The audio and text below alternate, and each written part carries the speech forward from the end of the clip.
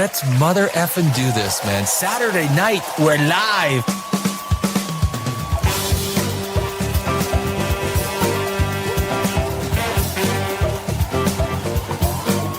Bingo.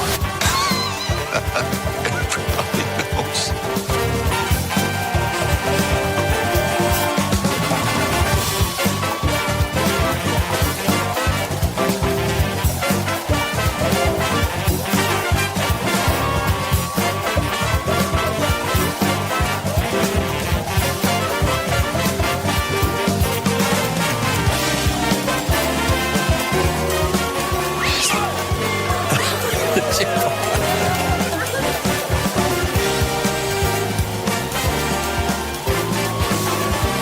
Oh, sorry. You're still there.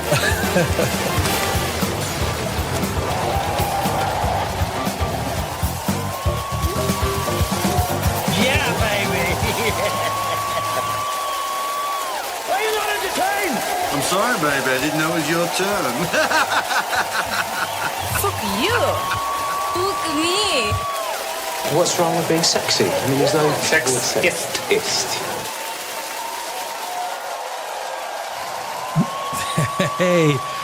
Hey everyone, welcome to POPRAGEOUS Saturday. It's Saturday night. Damn. And the studio audience, oh man, the studio audience is absolutely going crazy. Oh, you know what? This is the full this is the full real show. You know what? Last Saturday, I swear to God, I on a whim, I said, well, you know what? I'm just going to start on doing a Saturday night show. I've been away for over 18 months on POPRAGEOUS, over 18 months. And I have some building to do. When you leave, man, you know, when you leave a YouTube channel for 18, 20 months, 21 months, maybe, was it? You got some building to do, right? So it's on my shoulders and I'm cool, man. Because Saturday, this is POPRAGEOUS Live. It's Saturday night. And it's a Saturday night show. I'm going to grow it. We're going to have some fun. It's all about, well, you know what, POPRAGEOUS, right? This is what we talk about, movies, pop culture, stuff that kind of matters. And I have a much different slant than most people do, so I don't want to make it sound like, well, I'm not going to make it sound like anything. Like I don't give a shit kind of thing. But the thing is, when there's so many channels doing the same thing in the pop culture business, in the movie business. And what the difference with me is I'm an award-winning screenwriter and a bit of an ass. You know, I'm a bit of an ass. So thank you. Thank you very much. I think the studio audience is very caring in their selection of applause. And I don't, you know, there's a lot of pop culture movie review stuff out there. And so I am not anything like that. And POPRAGEOUS, I've been around for about 3 years. As an award-winning screenwriter, I believe if you Google my name, Danny Alex, I think I'm the most winning screenwriter on the film festival circuit. I've won hundreds of film festivals around the world.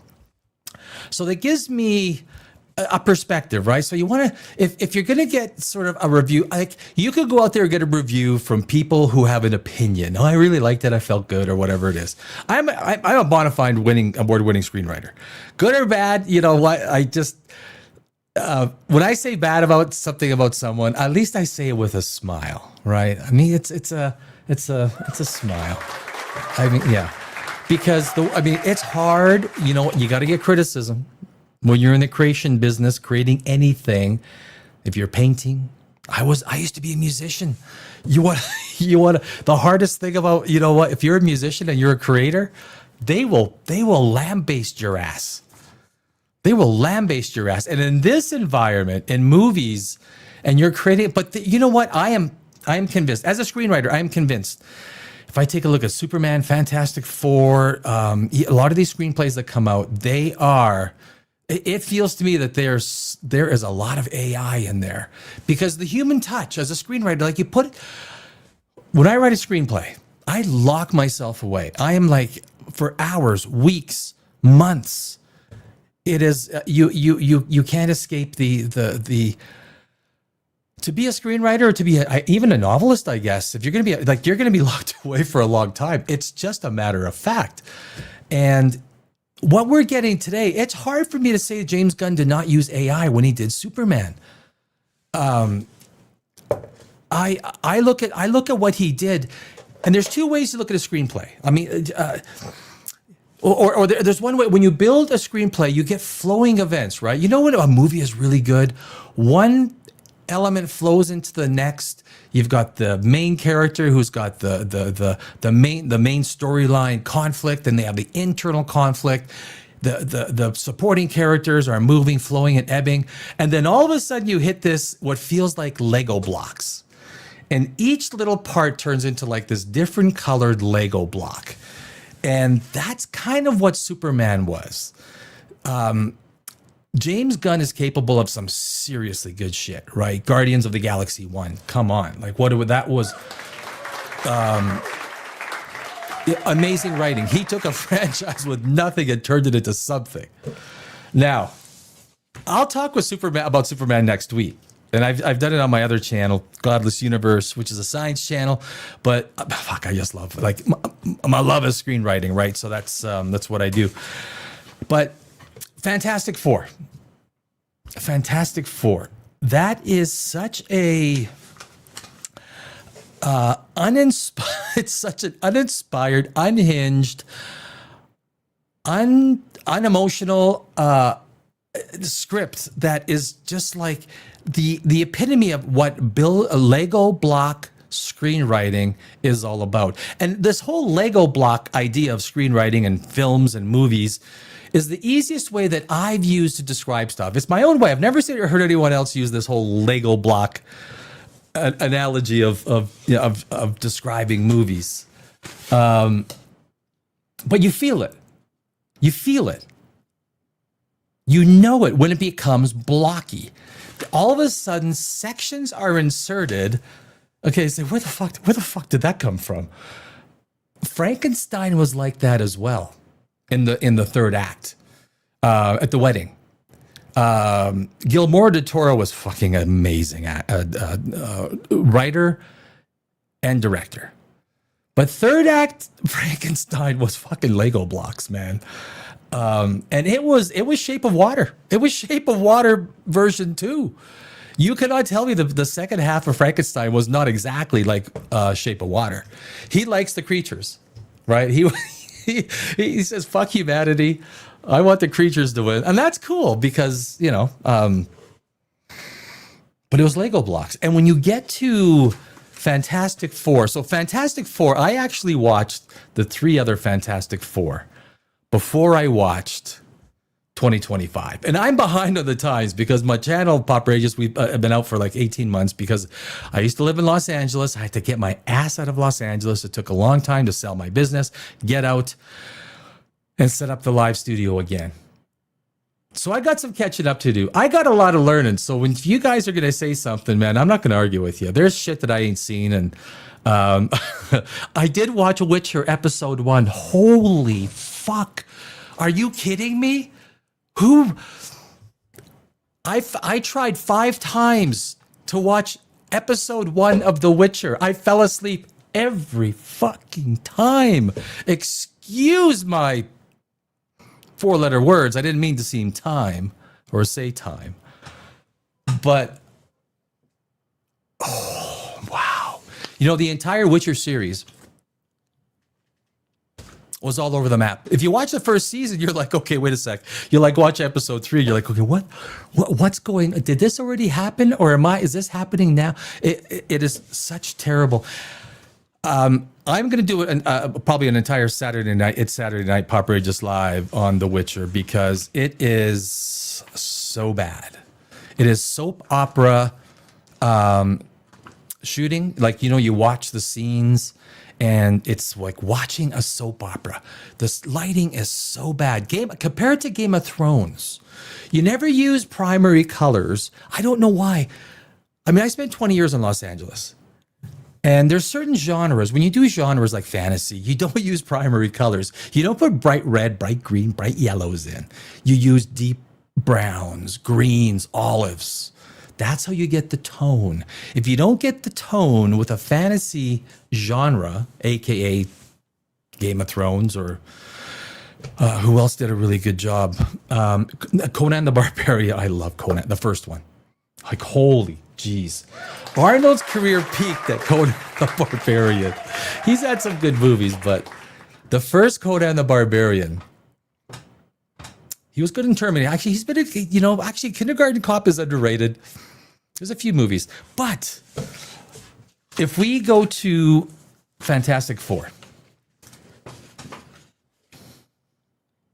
I mean, it is such bad screenwriting. There is one easy fix that could make that movie infinitely better. Infinitely better. It's Stupid is, stupid does, sir. Yeah, stupid is what stupid does. Yes, it is. The first 30 minutes, if you watch Fantastic Four, the first 30 minutes, you are lulled to sleep with a pregnancy. Now, if I was tuning in to watch Marvel for a pregnancy, well, I probably would have went to some sort of reality drama. But the thing is, to create tension with they could have left everything alone. They could have left everything as is. They just needed to tie Galactus to the baby right off the start. If you don't tie Galactus into the baby right off the start, you don't have a story. You have Lego blocks. If you have Lego blocks, you get utter boredom because you just get this blocky, this happens, then this happens, then this happens. And when I get to it, you'll see exactly what I mean, because you'll go, of course, Silver Surfer arrives. It's like, we're going to destroy your planet. It's like, okay, why? Well, you're a little bit of a bitch. Like nice surfboard and all. Are you the protectors of this planet? Well, I mean, the Thing wasn't really a protector. He was like a cook and a pilot. Like the Thing, right? Everyone's hoping for the Thing at an Incredible Hulk showdown. What, a fucking cooking contest? Like, what? The CGI of the Thing was so abysmal. Why even have him in there? He threw one tanker truck at Galactus.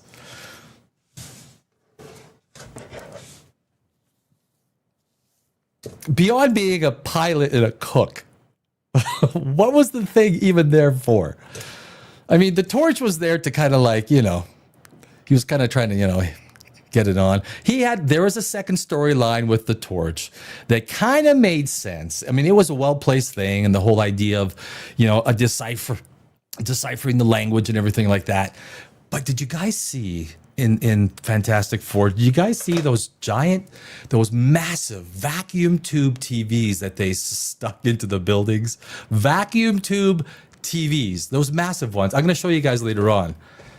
I'm sure if you saw the movie, you remember. I mean, could you imagine changing those vacuum? How do you fit that into They're going to be in Doomsday. So how do you fit the Fantastic Four into Doomsday? But I will say for Fantastic Four, Vanessa Kirby stole the frickin' show. Vanessa Kirby. I'm telling you,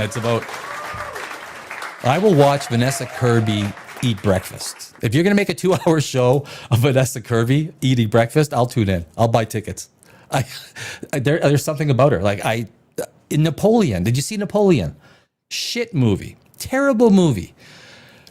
Although Ridley Scott is one of the best period pieces directors ever.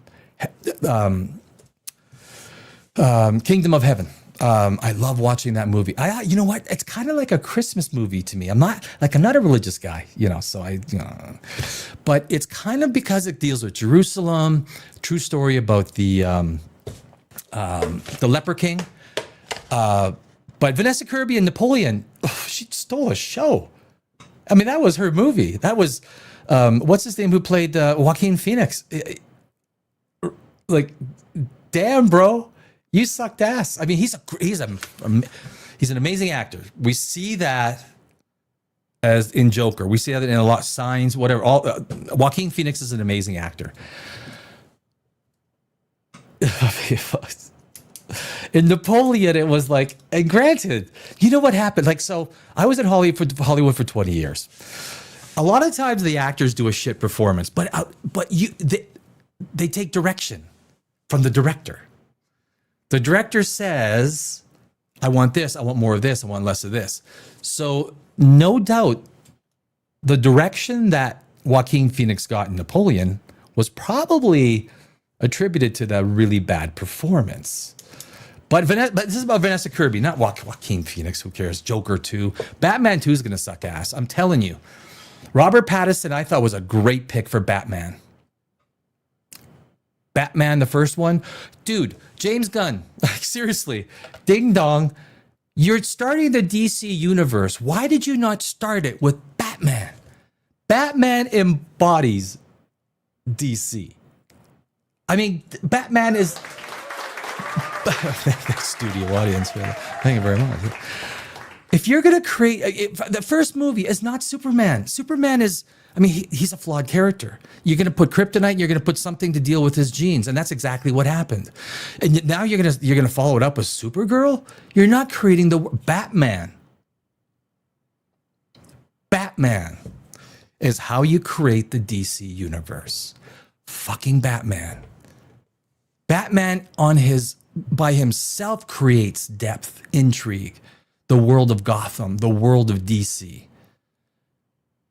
Superman, you turned it into Thor: Love and Thunder. That's what Superman was. I was like, what the fuck am I watching? What is this? Do you remember the scene in Superman? And I know we got to get, because we're going to do the 2 Avatar trailers, a bunch of other things. A little bit of news, and then of course Fantastic Four. And if you saw Superman, you saw Superman comes into did he come to apologize after Lois Lane was a complete bitch to him? Like, you went to save people, and but in the background there's this big neon thing blowing things around. It was the Thor Love and Thunder moment of Superman. There's lots to get into there. And that's going to be next week. Superman is next week. So we are I'm going to fucking rip into Fantastic Four tonight. Oh man, Saturday night. So this is POPRAGEOUS Live.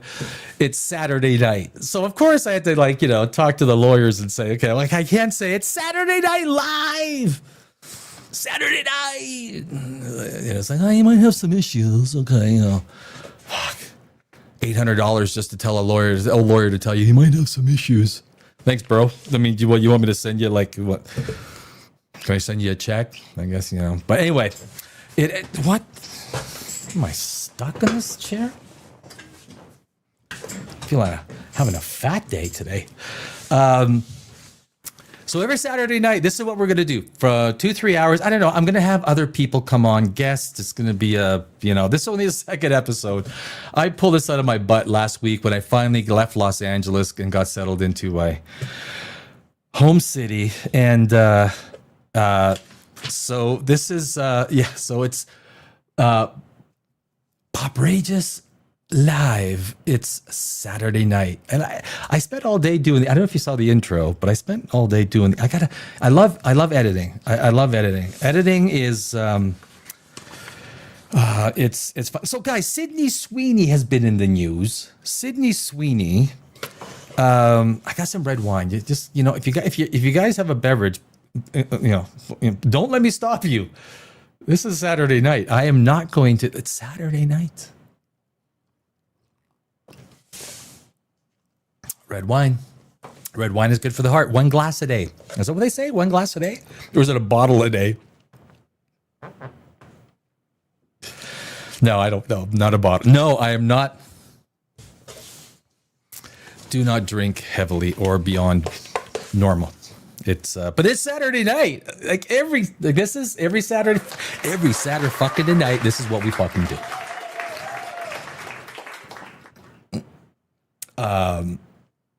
So Sydney Sweeney, okay, so there's two sides of the culture war, right? Now, I know a lot of people in Hollywood that are good fucking people. They're good writers. They're good production people. They're good at what they do. And in 2019, 2020, most of them were put out of a job. What happened was you had this wave of people that were like, where the fuck are these people from? The fact that, what was her name? The one doing Star Wars, Sinead, I don't remember. Star Wars director. You know what I'm talking about, right? The one that's like a, all right, you're not going to do that. I don't have to hit IMDb. The Star Wars directors, the Sinead. Where is she? Oh, they're right. Oh, because she hasn't done one, she's not ranked. You know what I mean, right? Sinead, Ray. Every time I try to mention her name, I forget her name. Shareem, right? Shareem obeyed Shinoy. Shareem. Oh, jeez. No, you can boo me. Throw the bat. Where's the tomatoes? If we had an actual live studio audience, they'd be probably throwing the tomato. Yeah, I know. I couldn't remember Shareem obeyed Shinoy. So shut up. I booed myself. Here's the thing though. When you're the only one in the room, you're the smartest one in the room, but you're also the dumbest. So there's no, and the second that record light goes on, you lose 20 IQ points. I mean, that is a matter of fact. So, but yeah, Shareem obeyed Shinoy, right? Her IMDb is basically an entire feminist activist movies, right? Feminist. That's all. That's her. And so if I was gonna, and of course I wouldn't. Oh man, I got an idea for a new screenplay. Oh, fuck, it's so good. And I can't even tell you, because if I tell you, some other screenwriter is gonna take it. So you can't protect it by giving, damn. I don't know where I'm going to find the time to write it. But so there she is, right? So she's done all these movies. Where's my pen? She's done all these movies for feminism and activism, which is fine. I don't care.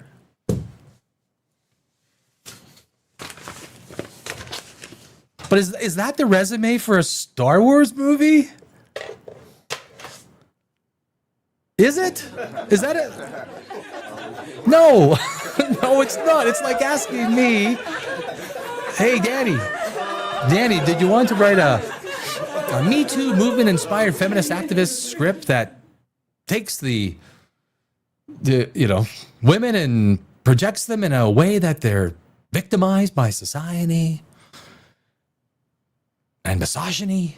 Okay, you've seen the scripts I've written, and you're asking me to write what?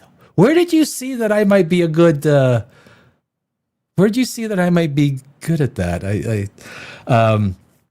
So, what's the difference then? I mean, I'll do it. I'll take it. Okay, I'll do it. You want me to write a Me Too feminist activist fucking movie? It'll probably come up more science fiction than anything else, right? Just like Shareem obeyed Shinoy, which if she does a Ray movie, it's gonna come out looking a little bit like a freaking activist movie. And you think Kathleen Kennedy and Disney doesn't know that? Of course they do. This is a conscious decision. These are conscious decisions that have put so many good writers, set designers, makeup people, like Grips and all the people that work production, set designers that don't come from the activist community. Now, if this is the way that Hollywood wants to go, you want to lose all this money, and you have been for 4 or 5 years. be my guest. Keep going. Keep doing what you're doing. You're doing a good job. So, but anyway, so Sydney Sweeney comes out and does great genes, good genes, great genes. Unbelievable that it even turned out to be a thing, right? But the thing with social media, all you need is one person, right? One person with a tweet, and everyone on the right side of the movie culture side is going to take that one fucking tweet, the one tweet, and say, "Oh, look what they're saying! Look what they're saying!" Now, yeah, granted, Sydney Sweeney caused a bit of a commotion. Donald Trump even got involved. And to Sweeney's credit, she was very good with the press. Oh, was she good with the press? For a young girl, I think her mom's helping her out a lot because she is really good. And so, you always got to look at it when you're doing this all yourself. You always have to check: is my mic on? Is the mic going up? Am I missing something here? I don't know. But here's the thing: is for Sydney Sweeney, she hasn't proven herself. She hasn't proven herself as a actress, if that's the right way to say it. She hasn't had any big hits. She's had some TV hits, but she hasn't proven herself as an actress. Well, you don't believe me? No, I know you believe me. No, I don't think you do. But if you punch up Sydney Sweeney, like all of her movies, like okay, the last one, Christy. So. Look, I was a kickboxer. I was a boxer for about 8 years. Competitive. Took a beating. Gave a beating once in a while.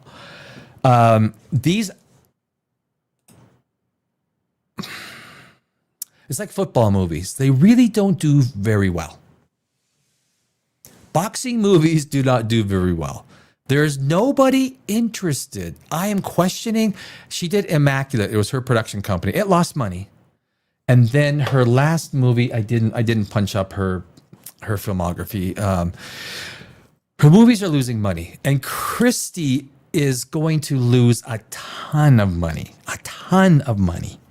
Someone's going to lose 40 or 50 million.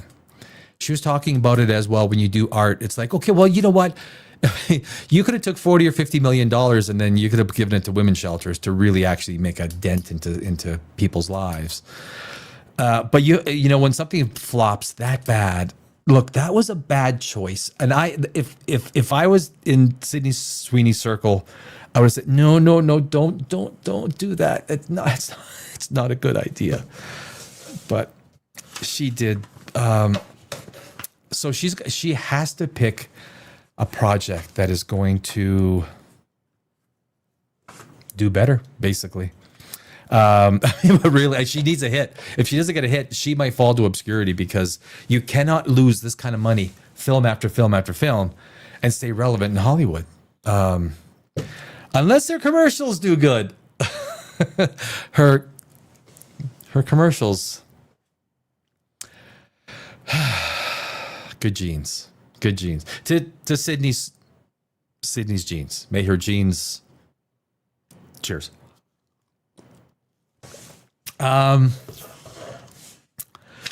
got a list of stuff. I'll save it till some of this stuff till next week. Weapons. Have you guys seen Weapons? I'm gonna try and do Weapons next week. I might even do it during the week. Weapons to me is the first half. Again, first half is awesome. Second half is like, oh man.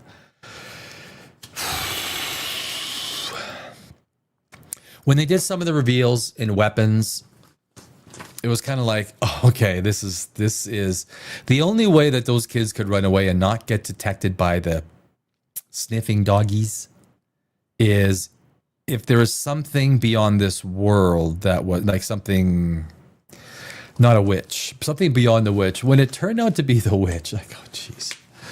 I mean, that was like such a, you felt the air come out. Right. I don't know if you guys did, but it was a pretty good movie. Like, you know, it wasn't bad, but we're gonna do that next week. That's weapons, section 31. I'm gonna get to that. Holy fuck, they're destroying Star Trek. Section 31 is so bad. I'm gonna try and sneak that in next week. And anyway, yeah, that's I'm gonna start with. I am gonna start with Avatar. Avatar, the trailers are out. I think they've got another $1 billion. Oh, I thought I had this set up in the right file. That's okay. My files are organized. Or wait a second, where am I? What the hell happened here? Where are they? No, I got it. See, my glasses are for seeing farther, not close. So when it's up close, I got to like do, the old man stuff. So there's 2 trailers.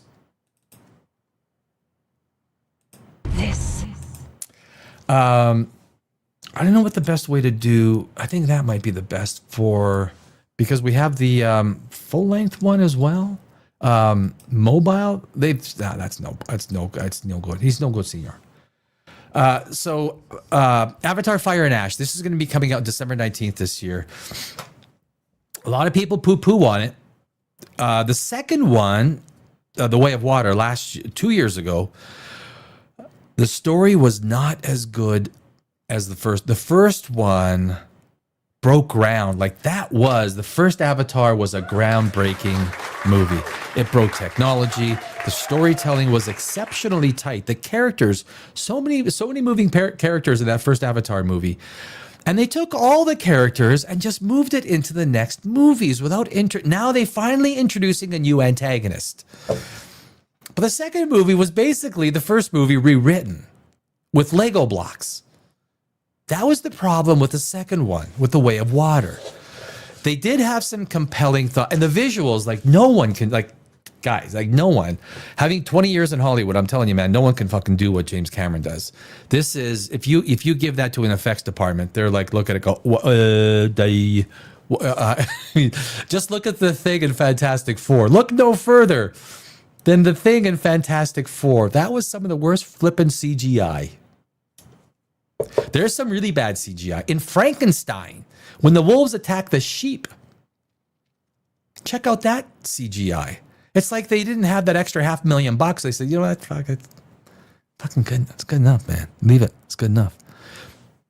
Maybe it is. Like I say, the second half of Frankenstein was nothing but The Shape of Water. That's 7.5 maybe, but with Fire and Ash, what intrigues me about Fire and Ash, and yes, look, Stephen Lang is one of the best actors in Hollywood. He really is. Look no further than Ike Clanton in Tombstone.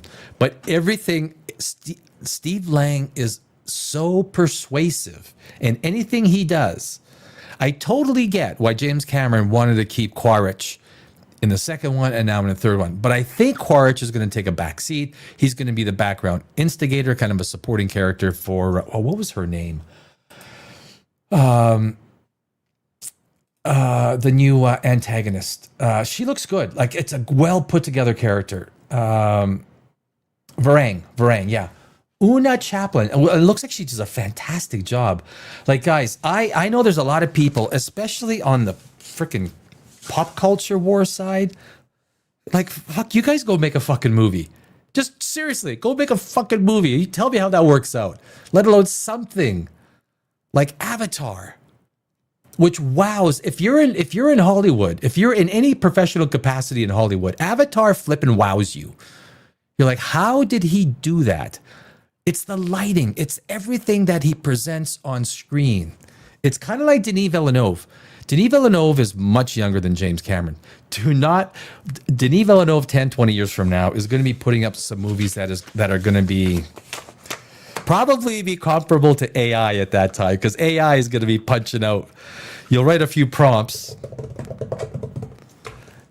and it'll spit out a movie. Did you see the country music charts? AI, what is it called? I forgot the name of the song. It's on the country charts. It's on the flipping country charts. AI music.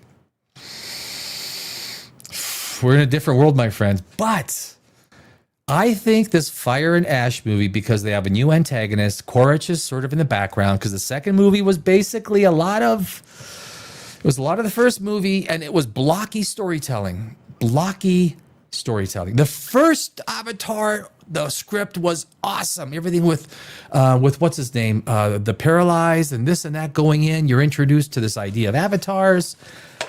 There was a lot of ground that was broken.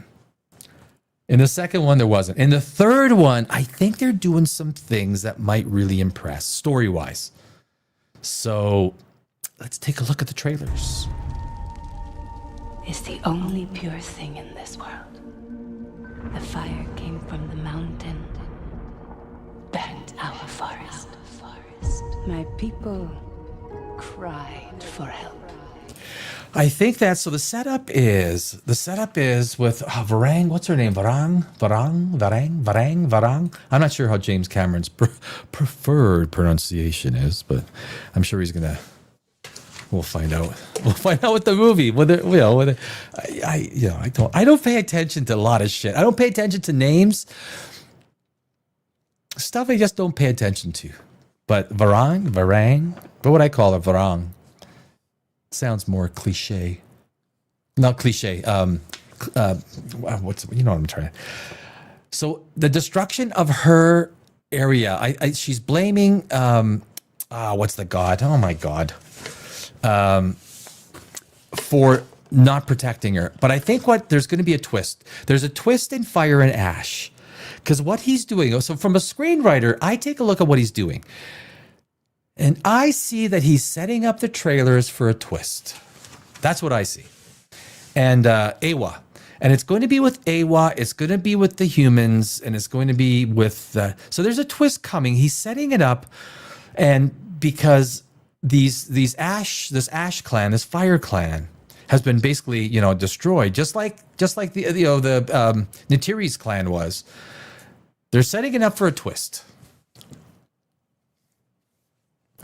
and I think it's going to turn out that Awa was actually trying to help, and there is something, whatever the twist is. Obviously, hopefully it's something deep, and you're not going to be able to pick it out just from guessing from a few trailers, because that would be fucking sad, my friends.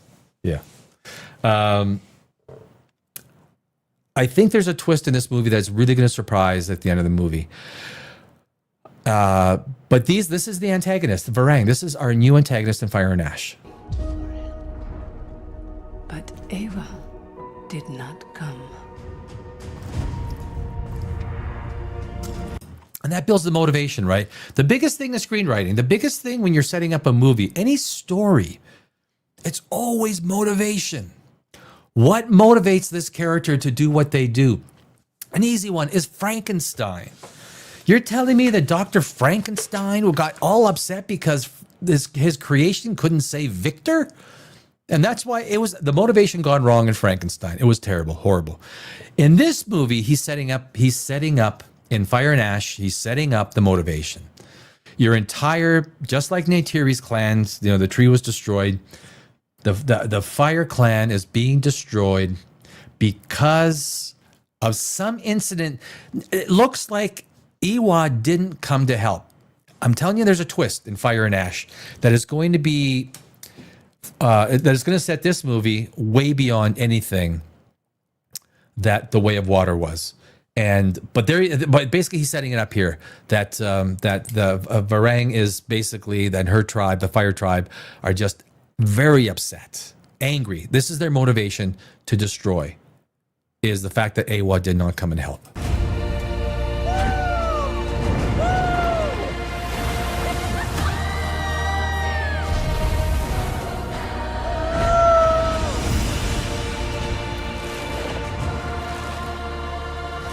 This world goes much deeper than you imagine.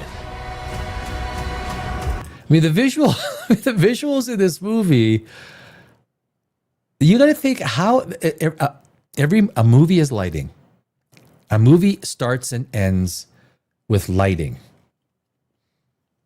It's all about lighting. And we look at parts of, if you look at these Avatar trailers, the lighting I'm telling you, man, James Cameron will sit there in one scene. I'm sure he'll sit there for a week on a 5-second interval, and he's not getting the exact lighting that he wants. So he keeps redoing it or sets it up. If you get the lighting wrong, now mind you, this is all generated, right? So it's not like you could just put a sun up there and have, you know, lighting that makes it look like this is real. He needs to manufacture the lighting and make it look like real. This is very difficult stuff in movie making. Incredibly difficult stuff. Something that people in the movie business, or I mean, a lot of people are ex-movie business because they've been basically booted out of Hollywood and, you know, Los Angeles, understand. The people that have come in and usurped the professional people that knew storytelling and how to put these things together. Now, a guy like James Cameron has his own people, right? This is a multi-billion-dollar director. He has, I mean, but the general normies in Hollywood have been transposed. And the good people are gone, and the new people that have no fuck all about making movies. But this, James Cameron, the lighting is amazing. His lighting is amazing. Look at that. I mean, it's just amazing. Look at the light. Like, that is conscious storytelling. He's gonna, like, the lighting is absolutely magnificent.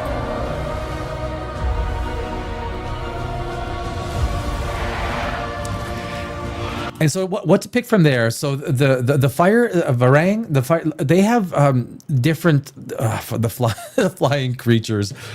You can see that their flying creatures are different. They have a very different set of wings, different look, different. So it's going to be interesting to see what powers or what flight differences that they have over the I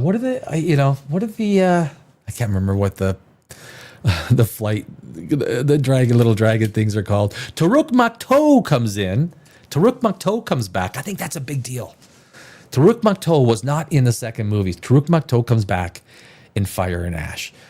But again, guys, the visuals are stunning. You go to see Avatar, if anything, for the visuals, it's a fucking treat. Protect your sister. Yes, sir. Stay under cover.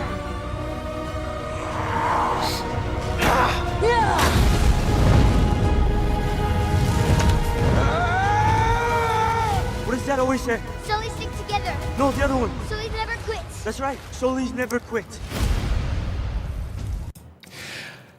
And I do think they show. I mean, I think it's common knowledge that one of the kids dies, right? One of the kids. Again, this is how you create motivation, right?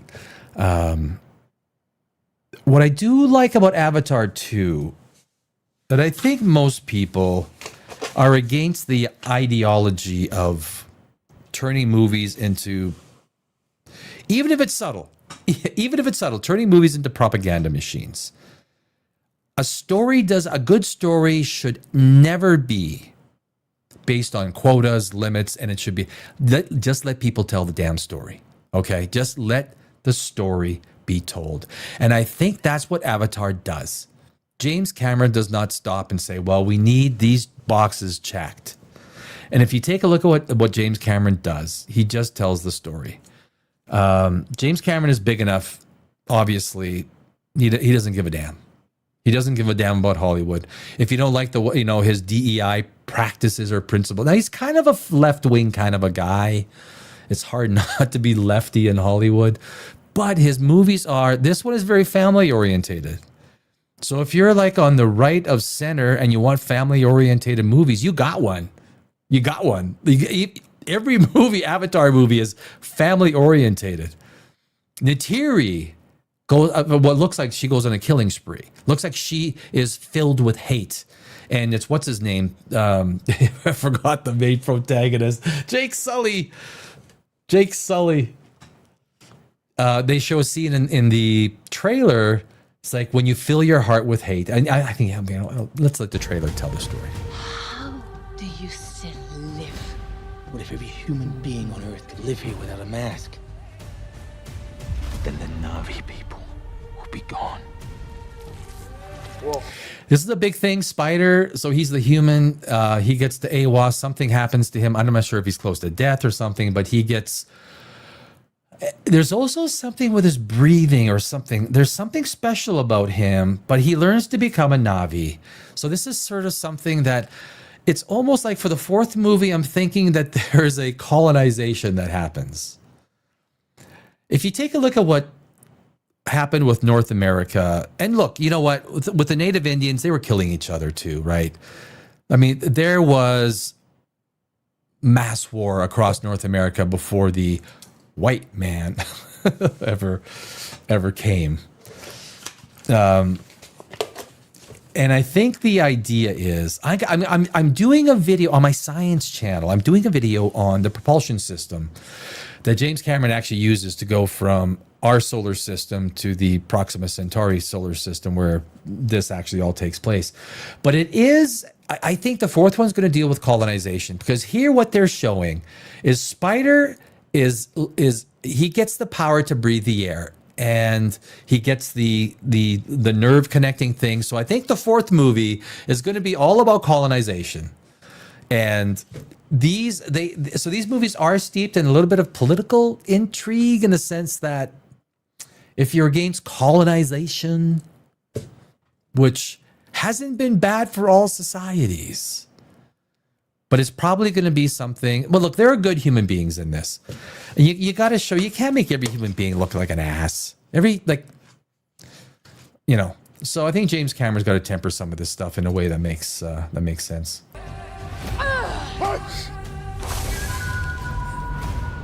You want to spread your fire across the world. You need me. Quaritch. He ain't going nowhere, baby. Stephen Lang. It's like when he's in a movie. It's like the Quiet Place. Sorry. Was it? Oh, you're still here. Sorry. The Quiet Place. What was it called? No, keep quiet. Oh, fuck. Here, I'll tell you what it is. Oh, it's so good, right? When Stephen Lang is in your movie, you kind of, I totally get it that you don't want to leave. And Quaritch is a great character. Don't breathe. The second one, not as good. The first, Don't Breathe. Fantastic. Stephen Lang is one of the best. He's one of the top actors in Hollywood, bar none.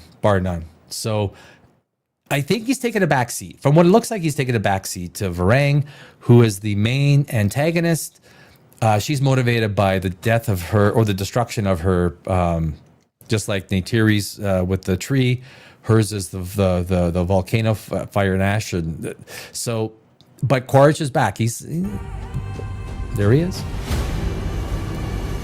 Visuals, man. Visuals. Awesome. Look at it. I mean, the visual. So there we see, that last scene with them kind of going like this, I don't like that kind of stuff because it's cliche. Like, James, that's just cliche shit. The robots walking out like this in unison, that's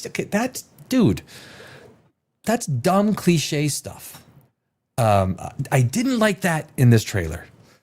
But what it does show is there is some really big, heavy equipment in the background. The humans have come, and I don't like the fact that every human is just coming to massacre the Na'vi, or it feels that way. Look, most human beings are not bad. Like, most of us are good people. I don't think. But he needs an antagonist. But he makes all the humans look like assholes. I just don't think that would be the case. We'd go to a new planet. We'd probably be overly careful of what we do at a new planet, and not just send spaceships and, we found a new intelligent race. It's the first intelligent race we found, and we're just gonna come and wipe you fuckers out. I mean, really? So that's the problem with the Avatar movies, because the humans just look like. And then you equate it to the whole idea of what happened in North America and yada, yada, yada. It's like, come on. That's the problem with Avatar. Now, if this movie comes out with the idea that humans are just like, the humans are just coming to kill everybody, because that's what it feels like. All the humans are assholes except for a handful. If we found life on another planet that was intelligent, tall, 12 foot tall, 10 foot tall, slender beings because their gravity was much lower. You think even for unobtainium, even if it was for unobtainium, this is where the story falls down. The Avatar story. You need to drop that idea. You need to believe that no, us humans are assholes, and we're coming to fuck you. You're the people. All the humans are better than that, and we've proven it. So that's the one hurdle. That's the one hurdle with Avatar. He makes humans look way too bad. Way too bad. It's hard to buy. It's hard to buy.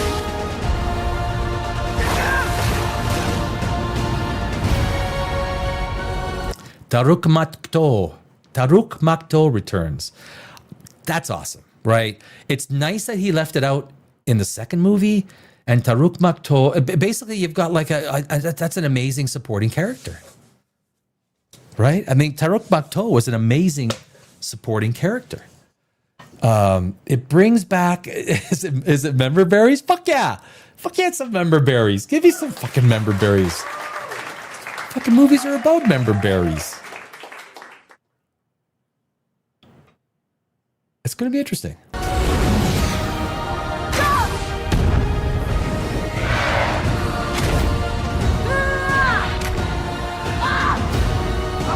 There's going to be some good aerial combat. I'm telling you, man, what it takes, having spent so many years in Hollywood, what it takes to make this stuff, what it takes convincingly. Like, you have the wrong lighting on this scene. You put the wrong lighting and everything looks fake. Our eyes are so attuned to what lighting looks like and what it should look like. James Cameron has created another movie that is eye-candy. And I will say, I think he's added some things that are far superior to the second one, which was basically Lego blocks. I didn't like the story. The story was Lego blocks. It wasn't, The Way of Water was visually impressive. It wasn't story impressive. I think this movie, Fire and Ash, is going to be story impressive. I think, because if you remember, James Cameron delayed it 1 year. All of a sudden it was going to be year after year, and James Cameron pushed it out a year. I think James Cameron realized that the story was lacking. He put some depth in the new one. He put some things that, a stronger antagonist. He probably made story changes, which is why he took 2 years. Terminator is one of the best storytelling movies out there. I constantly, for screenwriters, I say, if you look at Terminator, you introduce the antagonist first. Why? Why do you introduce the antagonist first? Threat. You immediately know what the protagonists are up against. It immediately creates stakes. That is why Terminator is one of the most cleanest screenplays for people who are trying to learn screenwriting to learn. So James Cameron is a very effective screenwriter and director. And I think Fire and Ash, I think he learned a lot from Way of Water. I think Way of Water was it was a bit of a whimper. Visually, fine. Storytelling, Way of Water was a 6, 5.5. Fire and Ash, that's why I think that's why he delayed it 1 year. Kill you! I swear!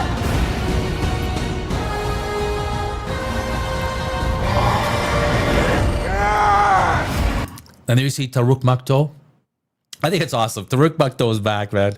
Remember in the first movie? I mean, the whole mystique that he created around Taruk Makto. The first movie is storytelling brilliance. As a screenwriter, you look at that and you go, damn, whether it was luck or not, a lot of times screenwriting is a little bit of luck because the director also has to transcribe, take the screenplay, and turn it into a movie. Just because you got a killer-ass screenplay does not mean that the director is going to take that and turn that visual gold that is scene descriptions and dialogue, and maybe the actors fuck it up, right? You miscast 2 of the major roles. It's like, oh, fuck. Aragorn. Peter Jackson. He knew right away Aragorn was wrong. He made that change. Peter Jackson is a great director. He proved it. He was left hanging by Guillermo del Toro on The Hobbit. But the first movie in the Hobbit series was good. I liked the first Hobbit. It had Hobbit feel, except for like, that's that barrel riding and that thing falling. They fall 500 feet to the bottom. And it's like, okay. Peter Jackson knows what he's doing. James Cameron knows what he's doing. But it does not mean you take a great screenplay and translate it into a visual. That editing, if you got a shit editor, it's like, okay, what the hell did you edited out all the parts, dude.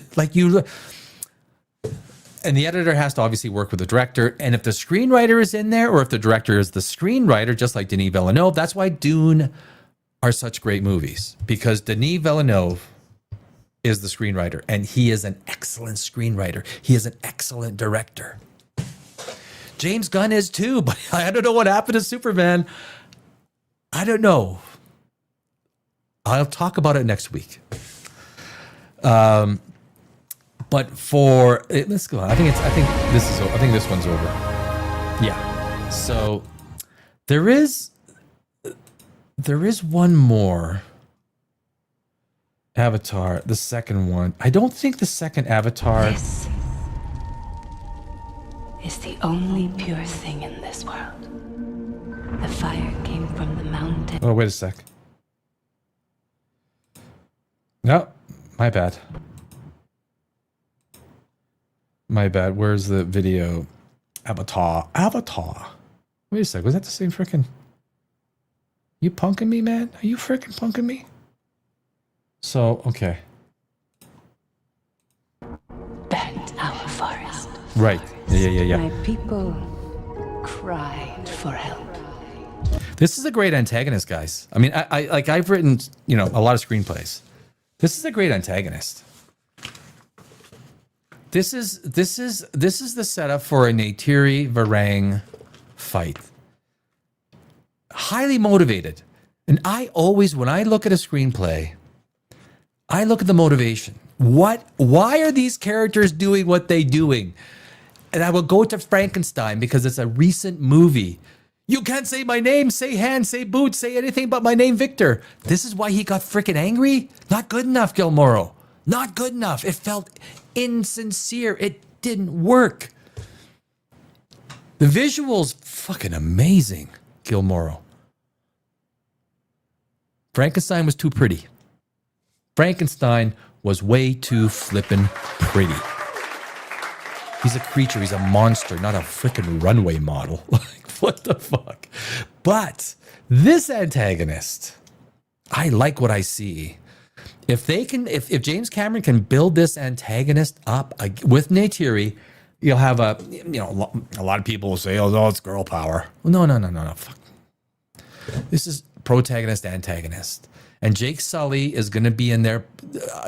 I want to see how all these characters come together. This is Hollywood at its best. Are they going to fuck it up? Or are they going to make movie gold? I think $2.5 billion on Fire and Ash. I think there's a twist coming that is going to just rock a lot of people. A lot of people. But Ava did not come.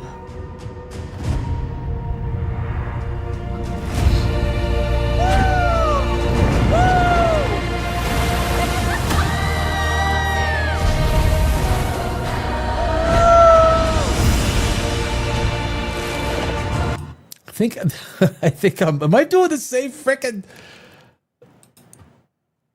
Hey Beavis. Okay, okay. No. Oh, I did I am doing the same trailer. Damn. This is what happened when you let dumb people with the mouse. Yeah, me. Oh, he's okay, my friend. Okay, let's go to the other trailer. Do I have the other trailer?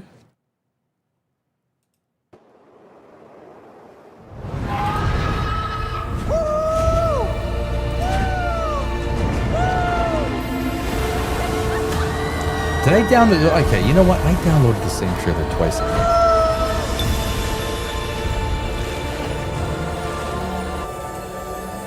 Oh no, here we go. The Here we go. strength of the ancestors.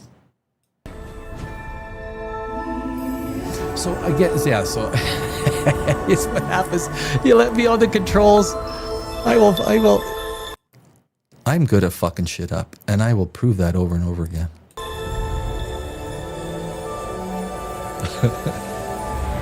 The strength of the ancestors is here.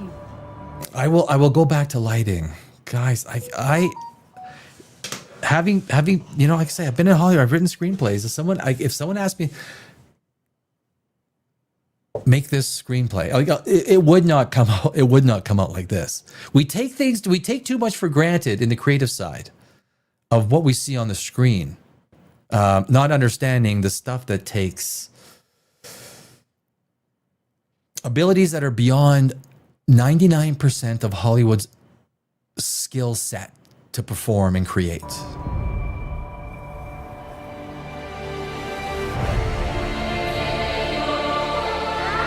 I mean, that's just wow. That is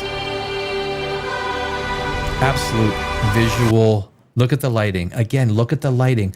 I will guarantee you, James Cameron tells everybody it's the lighting, it's the lighting, it's the lighting. Any cinematographer will tell you it's the lighting, it's the lighting. When you set up the sun, you do it consciously so that Frankenstein is actually Guillermo del Toro. Watch how Guillermo del Toro uses sun in Frankenstein. It's brilliant. But here, in the same with Avatar, he is using sunlight and the angle and direction. So the camera is panning to these airboats with the sun in the horizon, and it's a deliberate scene to show visual spectacle. This shit is not created by accident.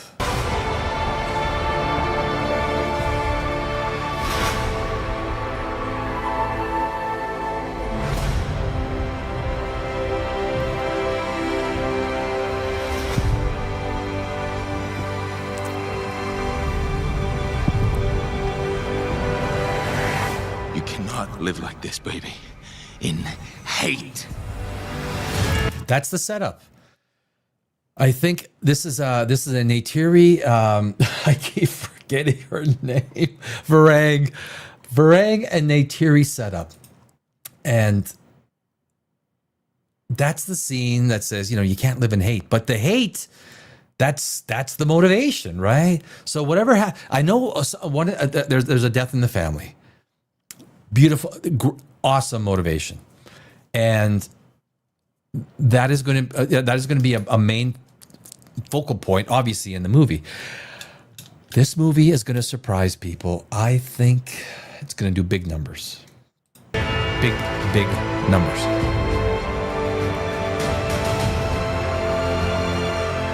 If there is something you can do, then you must do it.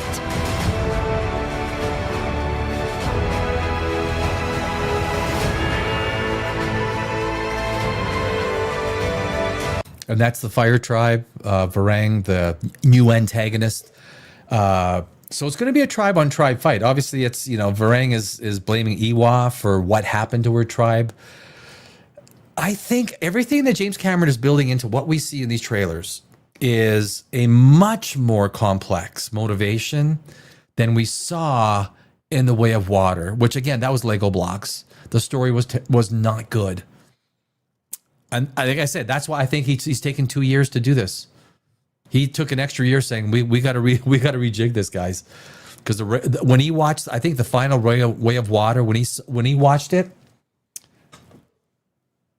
on the screen, on the big screen, he realized he saw Lego blocks, not a flowing, nice, multi-dimensional a story. Like the first Avatar was the character motivations were on the money. Everything, the spectacle of it. Way of Water was not that. Fire and Ash, I think James Cameron learned from The Way of Water. And what Fire and Ash is going to turn into is going to be awesome.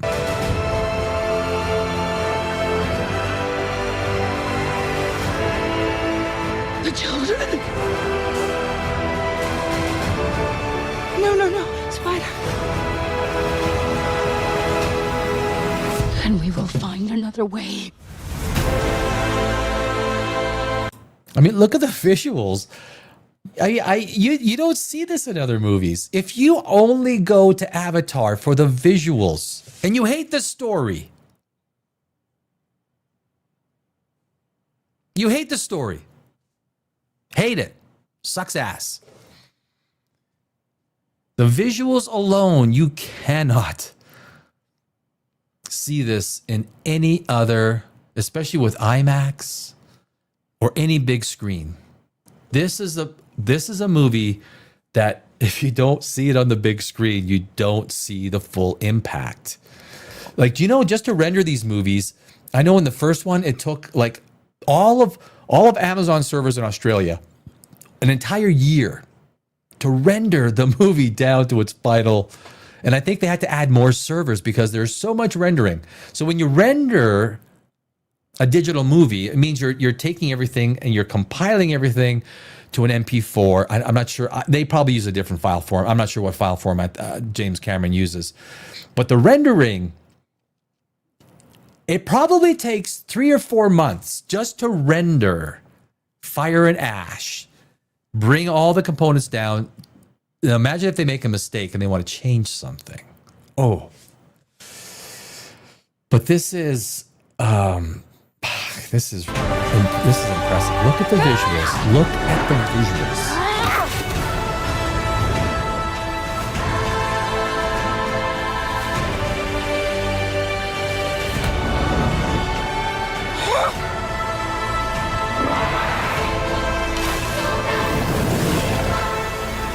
See, there we see. That is an Neytiri Varang setup. It's a fucking powerful setup, guys. It's powerful. This is. I think this is gonna have some emotional scenes in it. I do. This is about family. Like, there's no, and it doesn't matter whether it's a male or female. You know, with so many movies, there's a, you know, it's a little girl that's a secret to everything. Yes, we know. James Cameron doesn't follow that. Yes, he's lefty. He's left of center director. Yeah, James Cameron. Yeah, he is. But he doesn't go woke. This is going to be a family movie. Fire and Ash. It's going to be about family. Strong family theme. Stronger than Way of Water, which tried too hard and failed at it, I think. Fire and Ash is going to be a strong family. It's going to be Neytiri versus Varang. And it's not a girl boss movie. That is like, I totally get it. And it frustrates me too about so many movies nowadays, right? This is going to do justice to the character. Because James Cameron doesn't care what the sex is of the character. It will have motivation. It will have depth. It will have reason to exist and a reason to do what it's doing. And this is what we're seeing in these trailers. I think we're going to get blown away. I think, yeah. Your goddess has no dominion here. Guys, I am looking forward. December 19th. Awesome. I am looking forward. I'm looking forward to Avatar. I was not looking, Way of Water was kind of like, yeah, I'll go see it. Yeah, I'll go see it. Ash and Water, I think James Cameron learned what was wrong with Way of Water. He saw it. He's like, oh, no, that. And that's why, remember, it was supposed to be 2020, 24, 25. He saw it. He said, I need 1 more year to rejig this stuff. He probably did reshoots. He probably spent more money. But when you're James Cameron, I don't care who the CEO is, Bob Iger, whoever it is. I need another 100 million, 50 million to fix this thing or to do reshoots. Does James Cameron get it from Bob Iger? Fuck yeah. Do you think a company like Disney wants to lose? Well, I mean, obviously these Avatar movies are tied to Disney, but do you think they want to lose James Cameron on his next movies? James Cameron is powerful. Peter Jackson is powerful. I would say they will outlast any CEO of any company at any studio. They will be there way longer than any CEO of any studio. This is the power when you get to that level that you can start to control. You roll the dice and you can almost tell what the role is going to be. And this is, like I say, James Cameron. Denis Villeneuve is getting to that point. I mean, there's a few directors that are there's a few directors that aren't just like J.J. Abrams or like holy fuck. There's some bad shit. Section 31, Star Trek.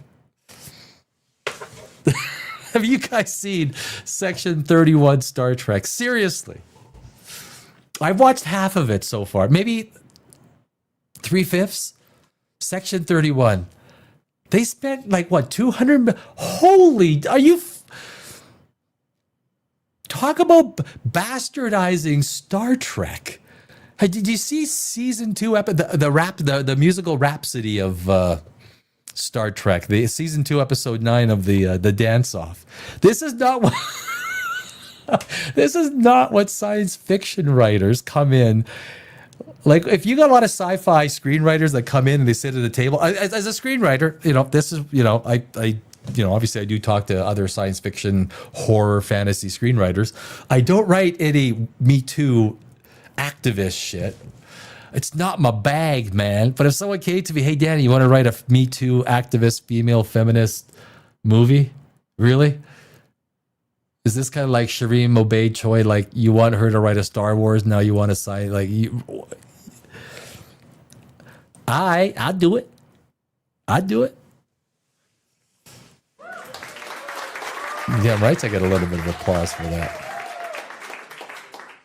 The movie business is messed up. And if Hollywood wants to continue to lose money the way they're doing, then they will continue to lose money the way they're doing. David Zaslav at Warner does not want to. He's a money man. Zaslav at Warner is a money man. He's got the most powerful properties. For Lord of the Rings. Why have you let that sit dormant for so long? Why if you own Lord of the Rings, why have you let it sit there for so long? I mean, Harry Potter has been, they have Dune. There is an end. Okay, the new Dune, the TV show with the Bene Gesserit, not good. I watched 2 episodes.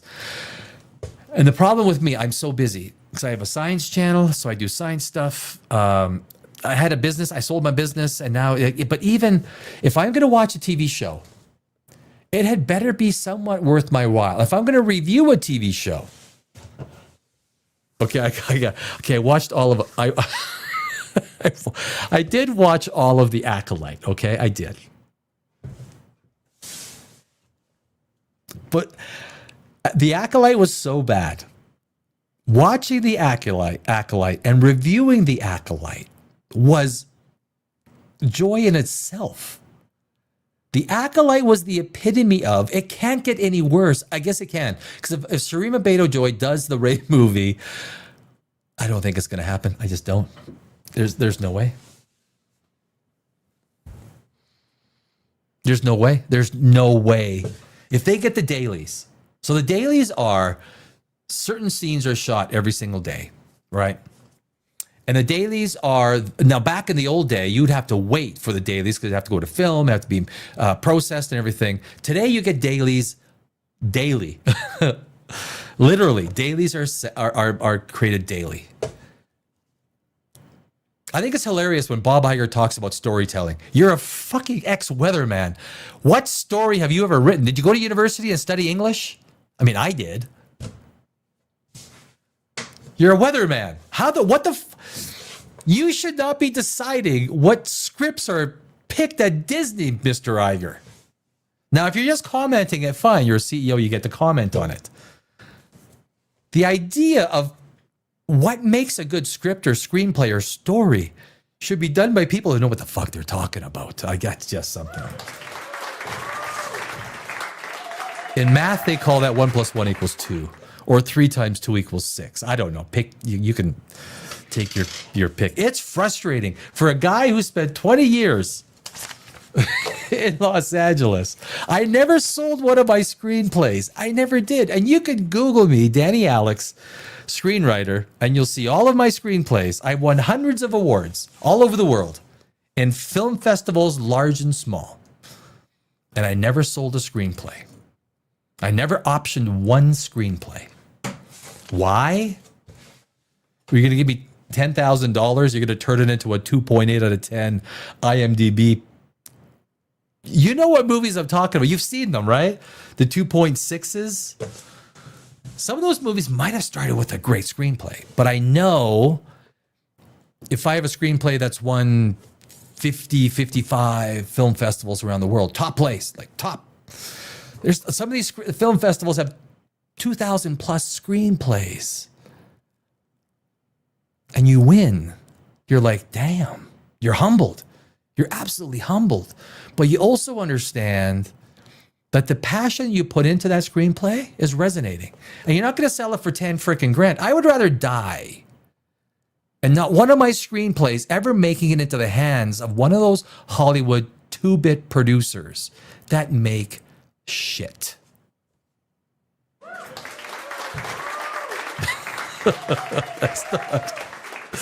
That part's not really part of the comedy routine, but it is true, guys. So you know, a big part of it's not all about. Oh, I don't know. Avatar Ash and Fire is gonna, you know, it's gonna impress. It's gonna impress. It will.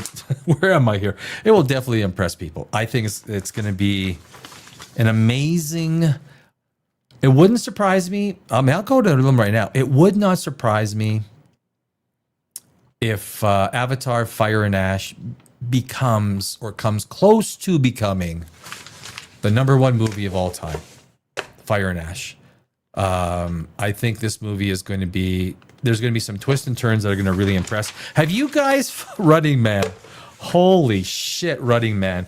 The second they came out with the new Running Man movie, guys, this is really like, this should not surprise anyone that Running Man is absolutely toilet bowl water quality movie. Arnold Schwarzenegger did a movie, Running Man. What was that? Back in 1980, whatever it was. The idea that you can, that, okay, the script needs to make sense for the type of society you have at the time. So basically people are running, it's fairly horrific. So when people are being killed at the pace that they're being killed in Running Man, there needs to be motivation to human death. This is the easiest way I can put it. From a screenwriting, why do people not want to go and see Running Man? There needs to be motivation to the death of a human being. Not just for shits and giggles, although sometimes that is pretty, you know, that can be okay. Yeah, that can be, you know.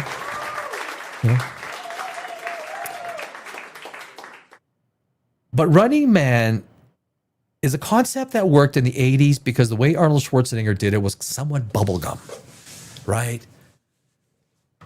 They tried to rehash a concept that had no fucking way of working unless you set it up for a real motivation for these contestants to be killed. Like a solid motivation. I haven't seen the movie. So, but I'm just saying, my first instinct when they announced it was like, oh my God, why is there no Event Horizon 2? Why is there no Event Horizon 2? Give that to a screenwriter that knows what they're doing. I don't need to see Running Man 2. Running Man, the first Running Man was plenty. I don't need to like that. What's the actor's name in Running Man 2? He's a pretty good actor. He was in the Avatar. No. You know what?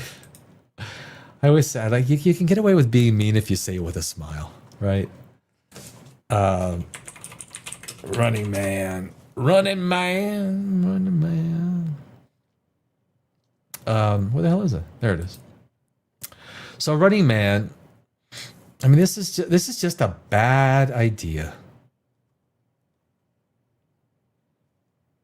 Oh, why didn't it come up? Going to IMDb. Running Man 2025. Running Man 2020. There it is. Yeah, Glenn Powell. Glenn Powell was, I mean, he was fantastic in, he's a good actor. Like, he's not bad. This Running Man should be no surprise that it's going to freaking bump. Basically, almost anything they put out. Was a stupid idea, Running Man. Stupid idea. The logline: a man joins a game show in which contestants allowed to go anywhere in the world are pursued by hunters hired to kill them. It doesn't make... In a world where people are fucking hurting already a lot, like there's a lot of pain out there already, right? This ain't the 80s. This isn't the 90s. So you have to try and create motivation for human beings to be brutally murdered in a game show. My thought was it's not going to work. Like I say, it wasn't going to work. The motivation's not there. And people will not accept bubblegum motivations. If you're out there killing people, game show, it worked with Arnold. Fuck, it's Arnold. Arnold could get away and do stuff that was just not... it was an Arnold Schwarzenegger movie, so you just stretch the lines. You can't take this concept and make it work. You can't murder people indiscriminately. I guess Squid Game in a way was kind of... But that was different. That was different. Running Man... Do I have Running Man? Where is it? I gotta remove this. Remove from studio. Yes. Do I have Running Man? I think did I load up the trailer? Avatar, the Super... Oh, no, I didn't. Yeah, shit. I was going to do Super Mario. I'm going to do that next week. The Super Mario movie... I think it's going to do good. I think the new Super Mario movie is going to do big, big numbers. Yep. I think Brie Larson, to Brie Larson's credit, I think Brie Larson has learned so much. And her role in the new Mario movie is probably going to set her up, at least in a much better way. The Marvels, right? We all know. The Marvels was like, holy jeez. The Marvels was that bottom for Marvel? Was the Marvels bottom for Marvel? It's a good question. I mean, we won't know until we look back in the rearview mirror. The only reason, Doomsday looks good because you're pulling back member berries. That's it. It's the only reason. You can't come up with something new. You have to pull member berries forward to make something look palatable. I mean, look at look at the last 4 or 5 years of Marvel, right? Phase 4. What was it? Geez, I tell you, man, you go 20 IQ points stupider every time you go on YouTube. Everything from Shang-Chi to let's pull this up. Marvel Phase 4. The Eternals. I mean, the Eternals. You know what? It probably had a lot of potential to be a good movie. It did. But you saw the agenda in the background. When the viewer, you don't have to see an agenda in the background. All you have to do is feel it. Then everyone that argues on the other side of it, I don't pick. I'm a story guy. That's all I care about is the story. But when other stuff usurp the story, it becomes a problem. That's where it becomes a problem. You know it. It's like actually, I'm not even going to go there. No. But the Miss Marvel. Shang-Chi, Thor, Love and Thunder. You remember? You remember Phase 4?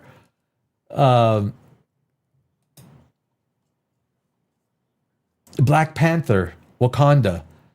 Moon Knight. Jeez. Do you even remember Moon Knight? It was so forgettable. Loki. Actually,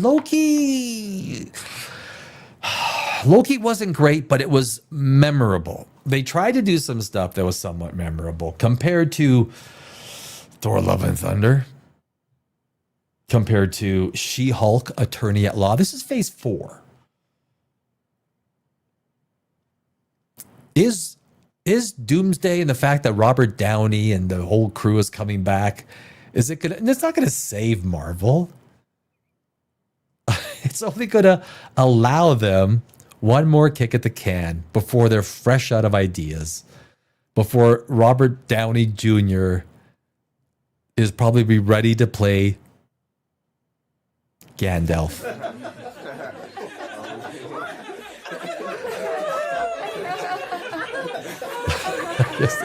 An older character. He's ready for the old times, you know. Robert Downey Jr., this is his last time. You know, after Doomsday, what do you got? What do you got, Marvel? You going to turn it into more of a princess brand? I'm just asking from a story writing perspective. I'm not on the left or the right. Fuck, I just want good stories. That's what anyone wants. People will throw away their leanings or whatever it is just for a good, like Event Horizon. I'll pull up Event Horizon again. I mentioned it once in the stream.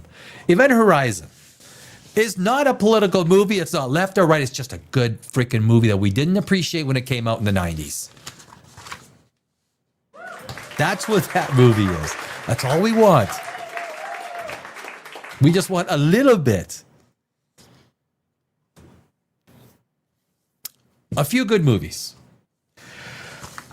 And you know, it's, well, you know what I am? You know what I am going to pull up? I'm going to pull up video file. I'm going to put up Super Mario. Add to stage. So Super Mario, excuse me as I itch at my eye. Super Mario, I know the first one kicked ass, right? Did it deserve to? I went to go see it and I enjoyed it. You know, you sit back and you think, I actually saw it when I lived in Los Angeles and I obviously just moved away, but did I enjoy it? You know what? I did. It felt like I was reliving the game. Compared to Garfield, which was absolute utter monotonous boredom. You need pacing, right? So pacing in the screenwriting perspective creates it makes you these ups and downs. Garfield had no pacing. It was flatline. Dude. Mario, and I think this new Mario is going to impress people. It's going to impress people. I mean, we're almost finishing 2025, right? I mean, 2025 is, I mean, we're close. I mean, it's, what is 6 weeks left? 6 weeks left in 2025. We have the whatchamacallit? The Green Witch. I tell you, I can't remember what's the day. Yeah, and that's probably going to be that's a Universal movie. That's probably going to do pretty good. Avatar: Fire and Ash is. I think that's going to do really well. It's going to surprise people. But there isn't too much, running back. What is did we get the box office numbers? Let me just punch up. We got the Friday numbers. Oh yeah, Now You See Me, Now You Don't was out. Right. Oh my God, I totally forgot. I even had that written down. Friday night, 8.4 million domestic. On 3,403 theaters. I didn't hear great things about it. Like there was, a lot of kind of, Now You See Me, Now You Don't. What's the budget? It looks like it's going to be having what, $40 million opening weekend ish. Budget 90 million. 90 million. At best, that's a movie that's going to break even. At best. Now You See Me, Now You Don't. If it did 8.4 million on a Friday, with internet, if it does good internationally, you're going to have 40 million opening weekend. 40 million. And that's going to turn out to be, you know what, 90 million. You basically triple the budget. And 90 million, you got to take 50% for marketing. It's usually even more than that because other peripheral costs of putting a movie out there. So let's say it's 100 million. You take 50 million with marketing, everything else. You got 150, 50-50 split with the theaters, 300 million. So if you $100 million production budget movie, just triple it. That's the easiest way. Now that is the box office, right? So you get 50-50, you get 150 million back. Now if it does 500 million, understand that you only get 250 from that because the theater still gets their 50%. And so $150 million, $100 million budget movie on a $500 million gross is probably going to net between $80 to $100 million. I don't, Now You See Me, Now You Don't, with a $90 million budget. So basically it needs almost $300 million to break even. Doesn't look good. It doesn't look good for profitability. The Running Man came second with 6.45 million. And if we check the Running Man budget, 110 million. Oh my God. Oh no. Yeah. Oh jeez. So the Running Man, if it's had a $6.5 million Friday night, all right, that's enough. That's enough. If it had a $6.5 million Friday night, you're at best you're looking at $25-30 million weekend. I don't know what hey, you know what? Sometimes these movies really surprise on the international side, but you're looking at, oh man, this thing is going to lose. Who's the Paramount Pictures? Paramount. The Ellisons just bought Paramount, and they have a big ass loss on their hand. So I think the Running Man is probably going to lose. What is it going to lose? Well, 50 million. Running Man's going to lose 50 million. It might lose more because it's not a good movie. It's not a good concept. It's not a good movie, and it's not a good concept. You know, you can't just go back into the past. You remember the era where stories would come out? I spent 20 years in Hollywood, 20 years in Los Angeles. I lived in Los Angeles for 20 years. I just moved out on May 11th. Hollywood is hell.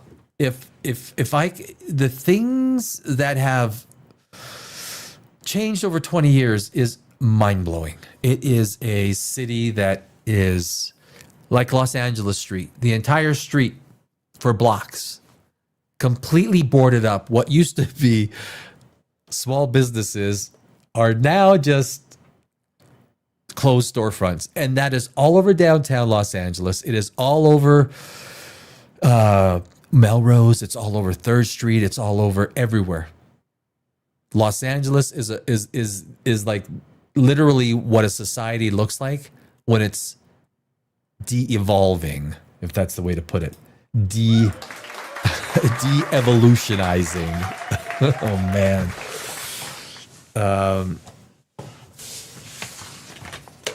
I just escaped. Have you seen the movie Escape from Los Angeles? That was me. That wasn't Kurt Russell. That was me getting the fuck out of there. Every business owner that I knew in Los Angeles, every single one, every small business owner, except for maybe a couple that are struggling, but they're losing money every month. Every small business was wiped out that I know. Every small business owner put out of business. I had a friend that left Los Angeles. He went back to New Zealand for like a year and a half, and he came back. I forgot what area he lived in. And he's, oh mate, I can't believe what's happened here, mate. Every store that I used to go to is shut down. It's like, yeah, everything. 3rd Street Promenade in Los Angeles used to be one of the best places to go. 3rd Street Promenade. gone, wiped out. For lease, for lease, for lease, for lease. It's a confluence of events. I worked at Wall Street for many years. I was an economic analyst and I was also a market maker. This is a confluence of events. What COVID did, what did COVID do? COVID was the largest wealth transfer from small business to Amazon, Costco, Home Depot, and Walmart. It was the largest wealth transfer ever in the history. What happened? I mean, explain this to me in COVID, right? And this is just part of the entire of the entire Hollywood complex and movies. It forms a part of it. So you have a small business, and the government said, "Well, we don't want 4 or 5 people to be hanging out in a small business." Yeah, but you can't go to a small business with COVID. Otherwise, even if you're wearing masks, you might be, you know, it might be like Bane. My name is Bane. I have COVID. We don't want that to happen because I feel much safer if there's like 1,500 people at a Costco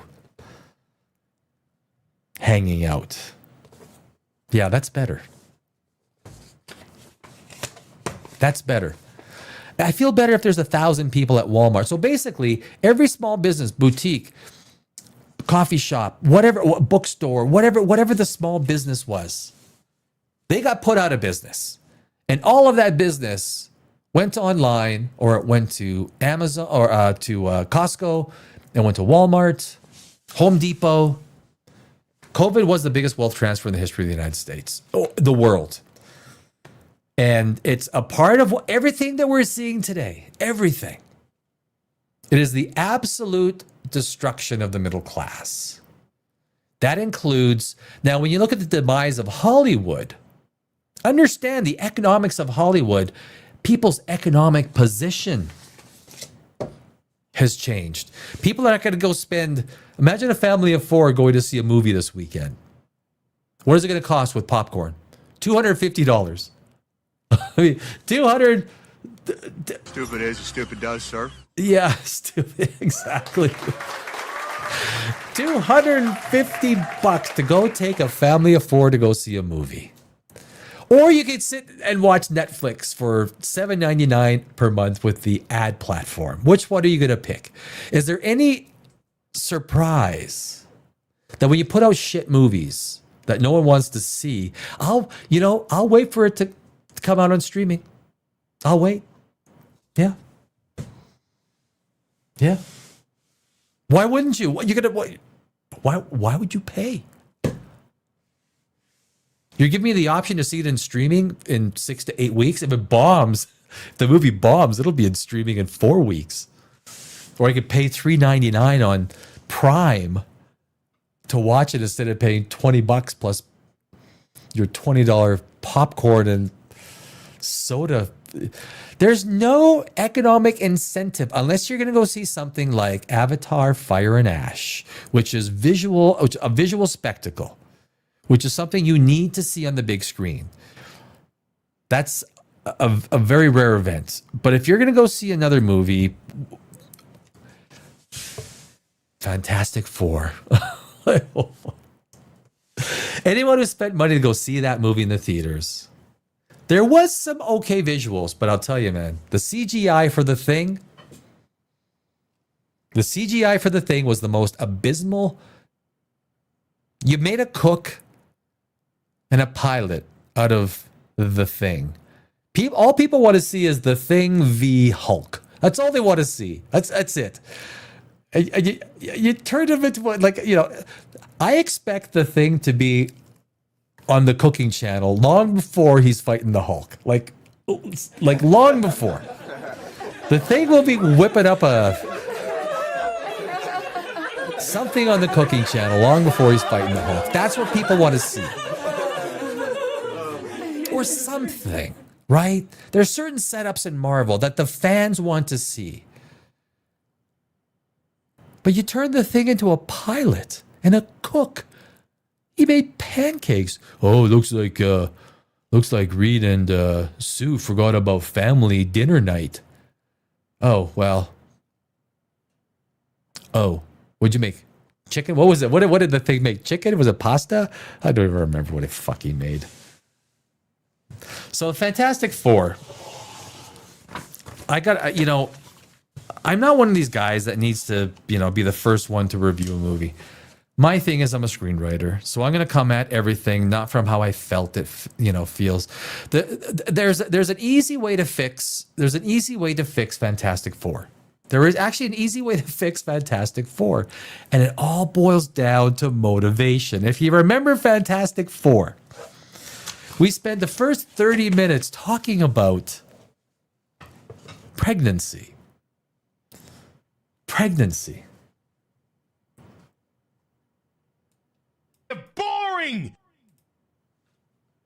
I'm boring? Yeah. Pregnancy. Look, it's a big thing if you're having your own baby, right? But when you're watching the Fantastic Four have a baby, what's the relevance of Sue Storm having a baby? We did not find out. We did not find out that that baby had any relevance until the Fantastic Four actually went to go visit Galactus. The baby can cure me of this hunger. Do you know how you fix the Fantastic Four? You need to link Galactus at the very beginning with the baby. You have to make the baby supernatural, not just sort of, stumble along. Oh yeah, the baby looks like it's got some really cool shit. Like it's like pretty powerful. We find out halfway through the movie that the baby is going to cure Galactus of his hunger. You need to create tension. You need to create stakes. So the first 30 minutes of Sue Storm being pregnant, although, I like watching Vanessa Kirby. I do. She's fucking awesome. I love Vanessa Kirby. She anchored that whole fucking movie, guys. Like, to Vanessa Kirby. Like, Pedro Pascal was, you know what Pedro Pascal is? He's like that actor. In case of, I can't find someone for this role, break glass. You break the glass. And okay, Pedro, fuck, I got no one else. I got no one else to play this role. Do you want to play Reed Richards? Like, okay, I think I'll play. Okay.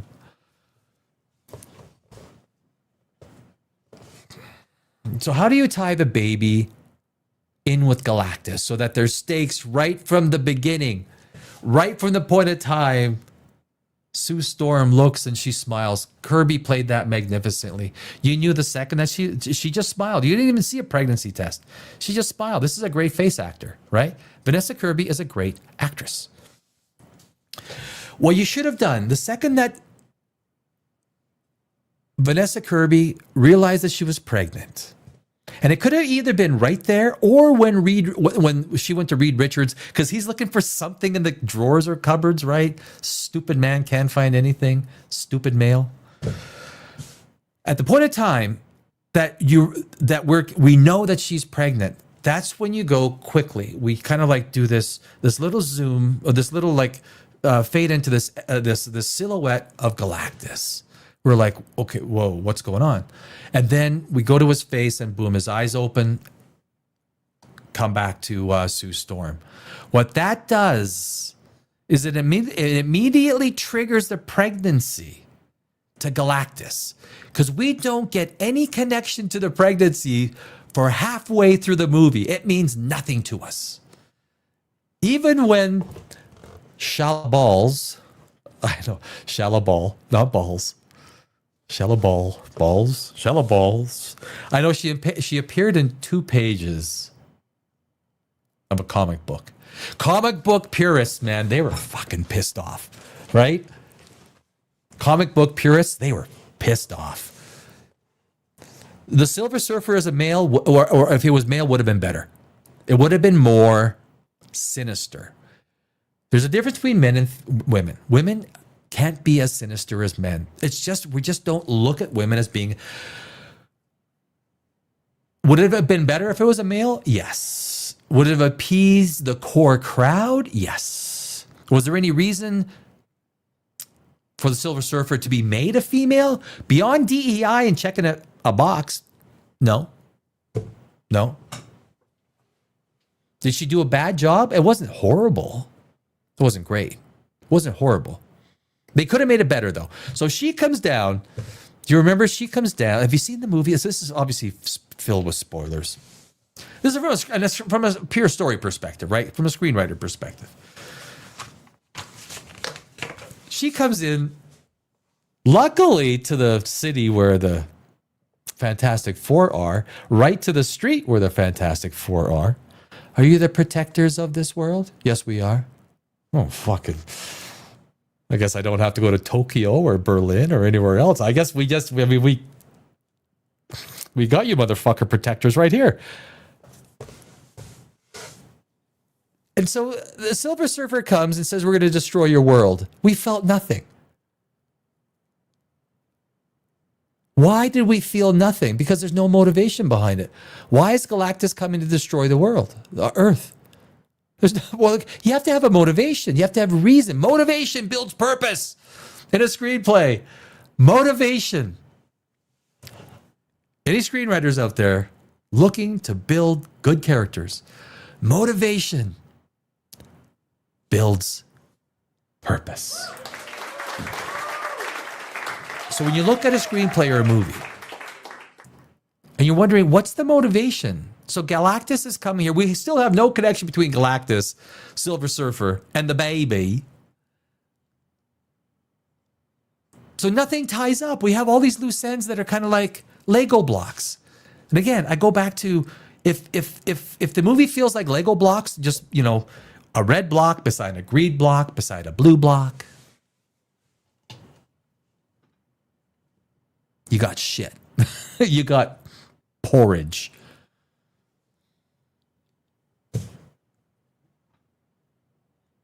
And the easiest way to you have to tie Galactus to the baby right in the first scene. And if you would have done that,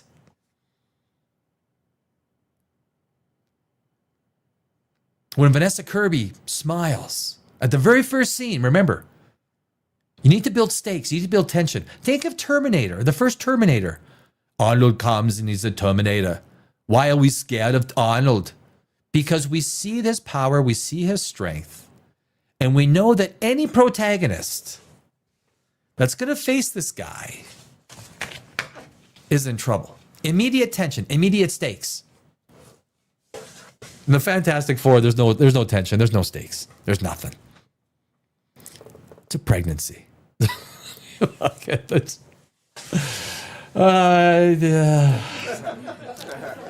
a pregnancy.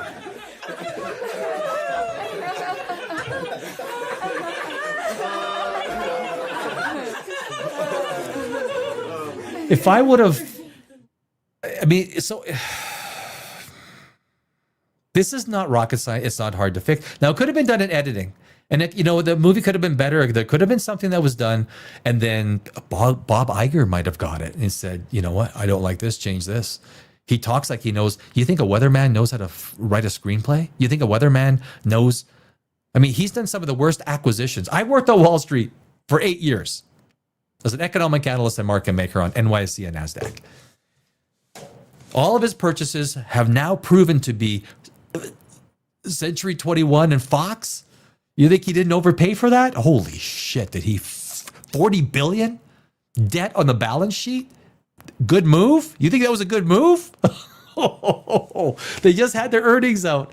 I always watch the earnings, right? As an economic analyst, market maker, you watch the earnings for the next day open because you're probably going to make a market in the stocks that are, going to have some heavy volume. That was the big thing. So you had to quickly, learn, read the economics, the earnings releases and find out what the hell's going on.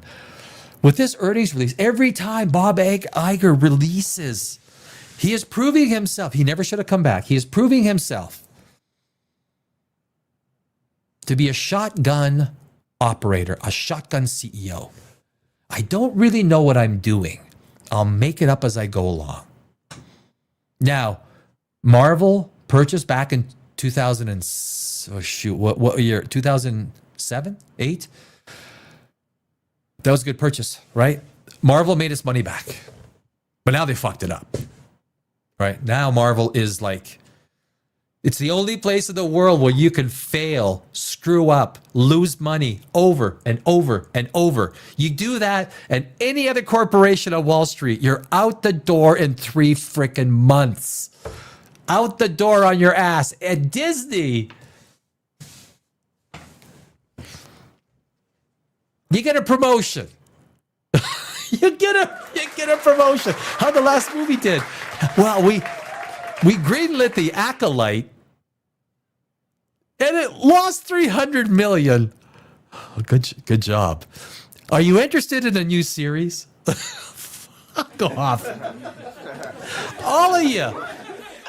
Like, you know what? I can tell you guys to go pound sand because I'm saying it with a smile. When I cut someone down in Hollywood, I'm saying it with a smile, knowing that I'm probably cutting my own ass. But it can't stay the way it is. Hollywood, the storytelling expertise that was once Hollywood, cannot stay the way it is now. There will not be a Hollywood. You cannot deficit finance crap movies, crap stories. I don't get it. How do you, like Feige? Feige has spent 6 years destroying Marvel. Kathleen Kennedy.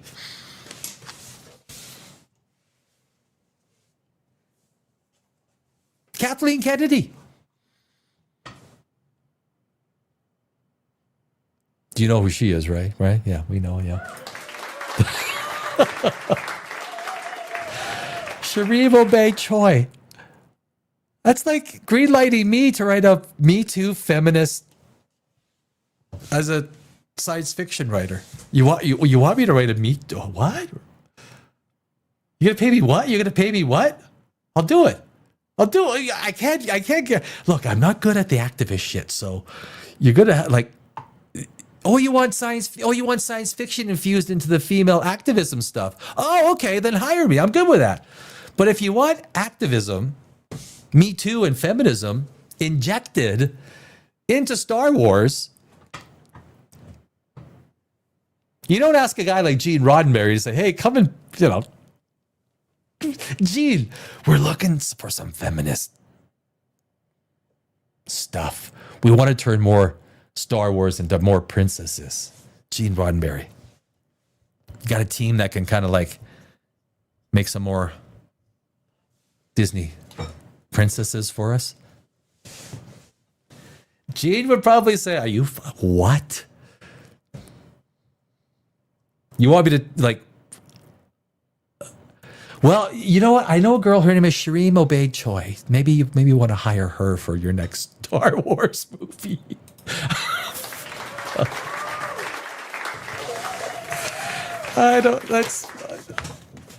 I'm only being real. I'm not trying to cut down anybody. I'm not a mean guy. I'm not in the here. I'm here to piss people off. Like I have no political agenda. You're just making shit stories, man. Have you watched Ahsoka? I mean, that was like watching a Flatline. 8 episodes of Flatline. Or, well, I guess it was a little bit of the arm folding. I mean, what will you remember? What will you remember from Ahsoka season 1? What will you remember? Will it be this?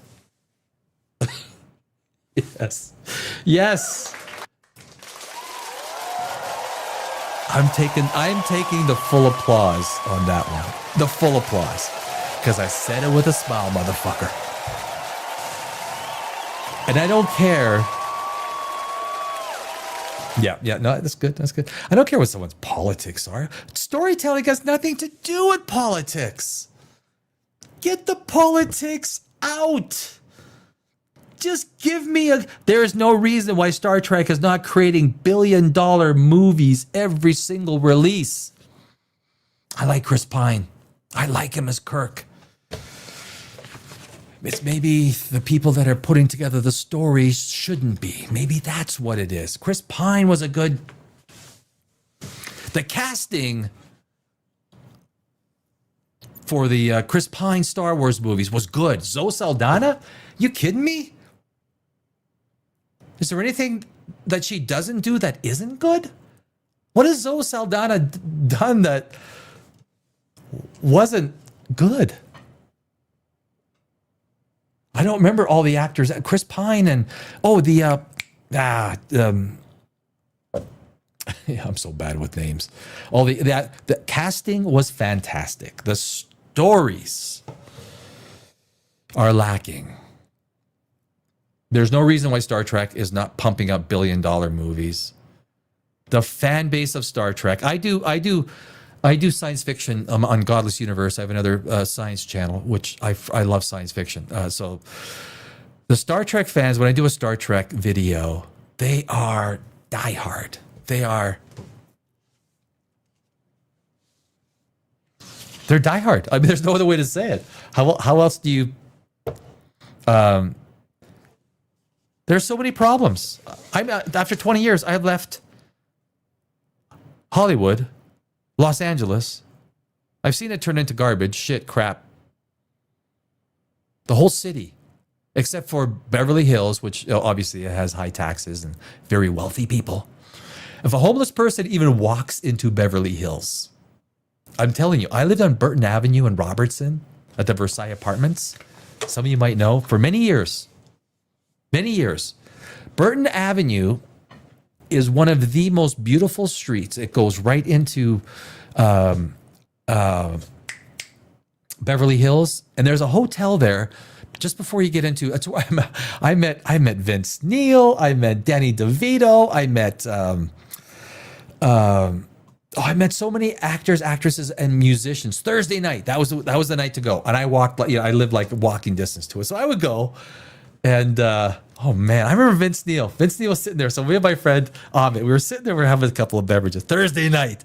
I forgot the name of the hotel. And so in the back corner there was like this bench, and it was the first time I saw Vince Neil. And this was in, I'm gonna say like 2012. And it was just great fun to sit there and have a drink, right? And we turn around, we look back, and I go, fuck, I'm like, that's Vince Neil, because there was a good-looking blonde on the right, and actually the brunette was on the right, and the blonde was on the left. And typical Vince Neil, right? Typical.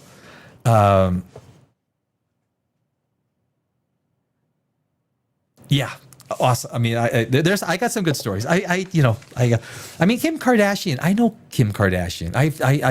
I worked with her for just over a year. Oh, almost 2 years, I think. I know Kim. Kim is she's really nice. If you met Kim and you got to know Kim Kardashian is I know her.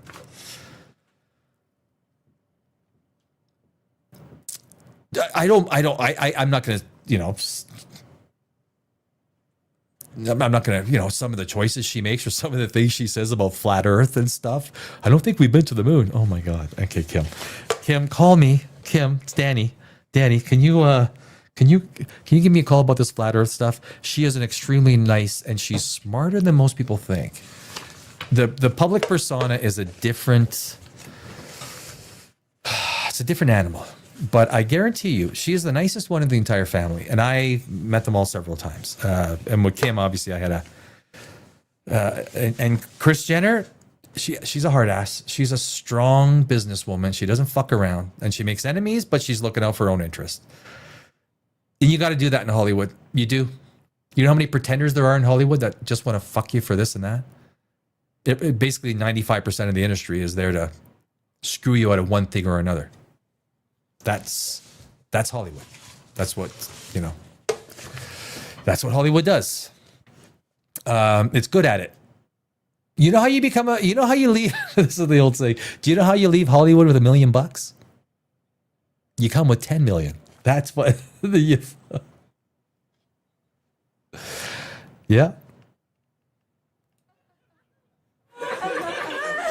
A little delayed. Can I get a producer? Is there someone in the room that could be a producer? When you do all this shit by yourself, you get better at it. You do. I had the volume down, so I hit laugh. That's why I had to secretly just turned the volume up. So, so guy, I know. So if we get back, okay, let me get back to Fantastic Four. I had a small glass of wine. I still have wine. Saturday night, it's POPRAGEOUS live. It's Saturday night. Every Saturday, guys. I'm going to shoot the poo about Hollywood every Saturday night, so pop in. This is only the second one, so I kind of did. But anyway, so to finish off with Fantastic Four. So the whole thing about was left off with Fantastic Four was with dealing with motivation. If you don't connect the baby, which was the whole idea before the end of the movie, the baby wasn't connected until halfway through the movie. That's a problem. It's a storytelling problem. It's storytelling. It's not even 101s. It's like grade 12, grade 10 storytelling. That's Galactus's motivation. He doesn't just go and eat worlds. That doesn't invoke anything. That doesn't, when Silver Surfer comes down and says, are you the, I got the video. Let me Pose. let me jump in there. Let me get the video. I have a pregnant Silver Surfer intro. There she is. It's, I can see close. I can't see far. Are you the protectors of... Okay, so this is when Silver Surfer comes, and this is what's called the inciting incident, right? So the first part of a movie is all about the characters, establishing the characters, what their motivations are, what makes them tick. For the protagonist, we have to learn their internal motivation and the main external motivation, right? You got to have them both. And obviously the baby is very prominent in this, and the baby is the motivation for Galactus. The baby is the motivation for Galactus, but we don't find that out halfway through the movie. The inciting incident, which is supposed to be when Shalaballs comes and visits and says, we're going to destroy Earth. And of course, when someone comes and says, we're going to come and destroy your planet, you should go, oh my God. That is terrible. You don't feel a thing, right? You don't feel a thing because you don't even know what the motivation is. The fact that Galactus is a planet eater is not enough. Movies and characters are tied together with emotion. of this world? Yes, we are. Well, that's convenient. Your planet is now marked for death. Your world will be consumed by the Devourer. There is nothing you can do to stop him. The line, there is nothing you can do to stop him. In screenwriting, don't state the obvious. Like, oh my God. If I was reading the screenplay, someone gave a lot of times screenwriters, they throw screenplays at you, and hey, there's a lot of people that make a living reading screenplays, and they're good at it, and they read them and they find the weak spots. If you're going to read this screenplay and you hear that, you read that line, there's nothing, you don't need to know the obvious. We know Galactus. And there's nothing you can do about it. That's literally out of Austin Powers. That is one of the stupidest lines in this movie. For he is a universal force, as essential as the stars. As essential as the stars. Why is he as essential as the stars? Like, if Galactus doesn't exist, he's essential as the stars because he goes and destroys planets? It doesn't even make sense. The logic of what they're saying. Okay, like, even look at Vanessa Kirby. It's like she's probably as Vanessa Kirby, she's probably thinking, I hope they fucking do some rewrites here. Like, Hold your loved ones close. I need you to pay attention here, my friends. Hold your loved ones close. So the first pair we get on Hold Your Loved Ones Close Yeah. Like, okay, it's Halloween, I guess, right? Guy's wearing a spider. He's wearing a spider helmet or something like that on his head. Okay, fine. The next one is deliberate. The next one is not an accident. The next one is by design. And speak the words you've been afraid to speak. Did you see that? So she says, hold your loved ones close. Close. So if you're gonna, so if someone is coming saying they're gonna destroy your planet, and they say hold your loved ones close, as a director or a screenwriter, producer, executive producer, I'd say, can we maybe have a family of 4, since 98% of the world is going to identify with a family, the loss of loved ones, or whatnot. But you're gonna try and convince me. Okay, you're gonna try and convince me that if you're going to hold your loved ones close, like this is uber DEI, guys. Like, take a look. This is fucking winning DEI awards.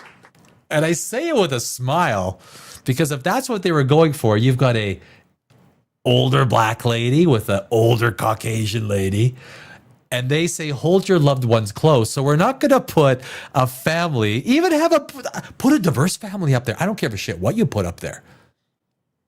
I don't have any kids, but I do identify, I understand. If you put a family with kids, okay, you know what? That's the future of the human race. I get it. But this was your first instinct. To put an elderly African-American or black lady with a Caucasian lady.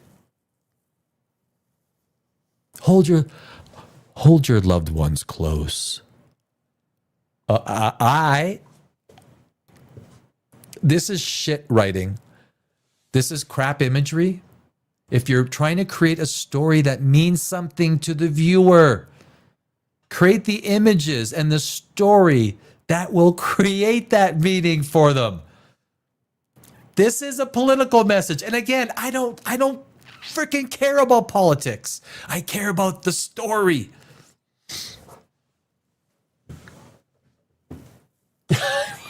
Hold your loved ones close. They did this like 3 or 4 times in the movie. And speak the words you've been afraid to speak. Use this time to rejoice. Use this time. Look, I'm going to come and destroy your planet. Like, okay. I'm going to come and destroy your planet. Use this time to rejoice. Do you not see something wrong with the tone? It doesn't mean that she has to say, I'm going to, you're all going to die a miserable death. But this is the inciting incident. This is where the protagonist, antagonist, and all the supporting characters get their marching papers. Based on motivation. They have still not tied Galactus to the baby. And all they had to do was put a 3-second little thing when Sue Storm smiled about being pregnant. This silhouette, and we zoom in on Galactus's eyes. He opens his eyes. That's all we need. Galactus is tied to the baby. Otherwise, we don't even get to know until they go in front of Galactus. And Galactus says, oh, this hunger, this baby has more. Okay, you need 50% of the movie to create motivation? Like, really? This is like, did you not think the story through? And celebrate. For your time is short. Your time is short. This is a bad. There are some okay parts to this movie. There are some subplots and everything that work well, but the main storyline just fails. I herald. It's the worst CGI ever. The Thing. It's the worst CGI. Watch The Thing. Watch Fantastic Four. Watch what shit CGI looks like. They didn't even care about The Thing. They didn't care. Is beginning. I herald your end. I herald Galactus. Why should we care? Unless you're a comic book aficionado, why? Who cares? Why should I be scared of Galactus? Why should I be scared of Galactus? If they would have put his eyes opening up in the first minute when Sue Storm smiled when she was pregnant. If they would have connected Galactus with the baby right from the beginning, right when Sue Storm knew that she was El Prego, and all we needed was a 2 or 3 second scene, and then go back to Sue Storm. Now we're thinking, whoa, whoa, whoa, whoa, whoa, whoa, whoa, whoa. Was that Galactus? What does this baby have to do with Galactus? From the first minute to this minute, you'd be thinking, what does Galactus have to do with this baby? But they didn't put the two together. They never put the two together, so there's no stakes. There's no tension. If you can't build in stakes and tension in your movie, watch Tombstone. You want to see how brilliant screenwriting, introducing the antagonist, then you introduce the protagonist, and then each scene creates a progression of stakes. That is Kurt Russell's finest moment. He directed that movie. He had a ghost director. He didn't want anyone to know. Tombstone is one of the most classic written screenplays. And you want to, Hollywood's got a lot to relearn. Hollywood has got a lot to relearn. Oh yeah, that's the end of that. But that's the inciting incident. So the inciting incident is when all the characters get their marching papers.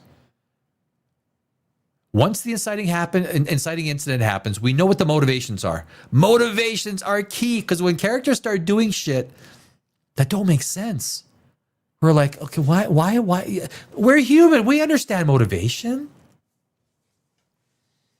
And then what do they do next? They go, Reed Richards, the smartest man in the world. I guess he's right up there with Tony Stark, although Tony Stark was managed much better by the Russo brothers. And the science was managed much better, because the science in Fantastic Four is fucking garbage. It is garbage science through and through on this movie. They're going to attack Galactus, right? They jump it. Somehow, they still have gas-powered cars. They have a ship that flies into orbit using rocket fuel. They fly into orbit using rocket fuel, but they connect with their other ship, and then they open a freaking wormhole and go, we don't even know if it takes hours, months, days. We don't know. But literally, Sue Storm she's pregnant. She must be at like 9 months and 1 week, right? So we think, well, let's go attack because, oh, well, honey, but maybe we should think, because I am expecting any minute. Oh, come on, Sue. Where's your sense of adventure? Maybe giving birth in the middle of space might be a good thing. We are not told any time frames. So if they're going into a wormhole, now if you know what a wormhole, those wormholes basically instantaneous travel, right? It's not like warp speed or FTL or anything like that. Wormholes, but they can open up a freaking wormhole, but they need rocket fuel to get into freaking space that they launched in the middle of a city. The science in Fantastic Four is science shit. How are they going to merge this with Doomsday? Such stupid science. It's not even science approximate, right? When they get to the black hole, it is a black hole. They call it a neutron star. Then they call it a black hole. Then they call it a star.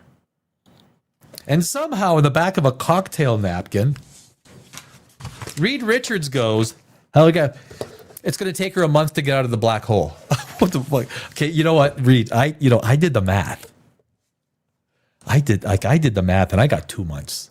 It's going to take her at least 2. Why? There's a certain amount of gravity, depending on the size of the black hole, that it exerts. The event horizon is, based on where light cannot escape anymore. But just out of the blue, he just pulls it out. It's going to take her a month to get out. Well, fuck. Okay, well, that's... won't question that, I guess. And then they have to get to 0.88 speed of light. Remember that? We need to get to 0.88 speed of light to open up the wormhole. Well, you didn't have to get to 0.88 speed of light when you opened the frickin' thing at Earth. Like, what the fuck?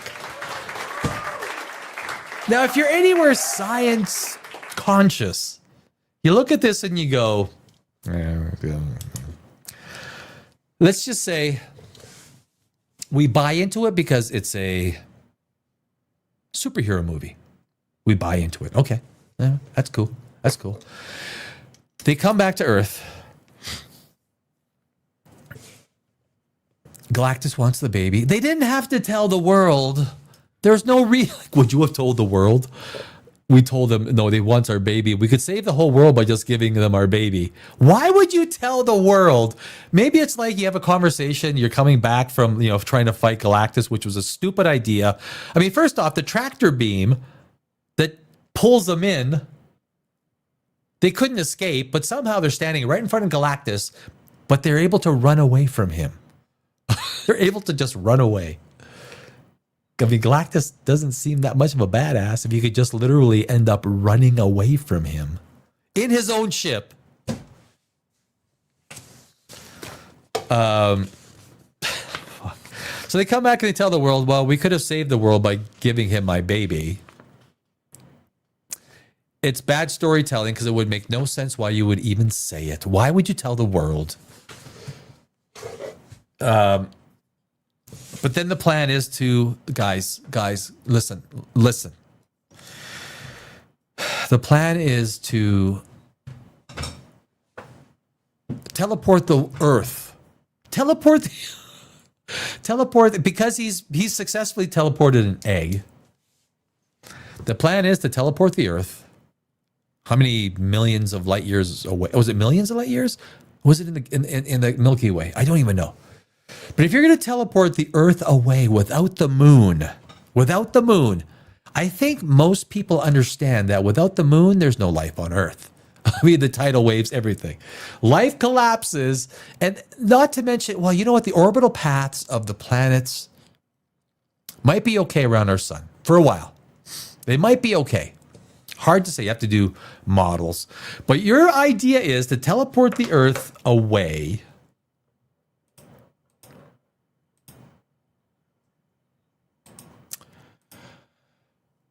Oh, jeez. Which one is this? Which is the... No, I think that's the... I think that's the wrong one. You were some sort of...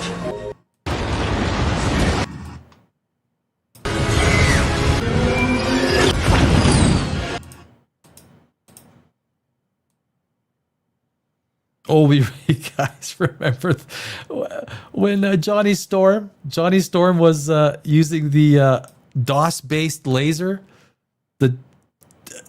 There she is going into the black hole. I mean, it's just absolutely asinine. So this is something, I'll jump to this. Near the end, Johnny Storm, he finds out that the message, and he learns her language. But now you have these giant vacuum tube TVs. These are in the middle of buildings. These are in buildings. These are actually in the middle. These are vacuum tube TVs. How are you going to merge that into Doomsday or Avengers or wherever Fantastic Four is going next? These are Did anyone notice this?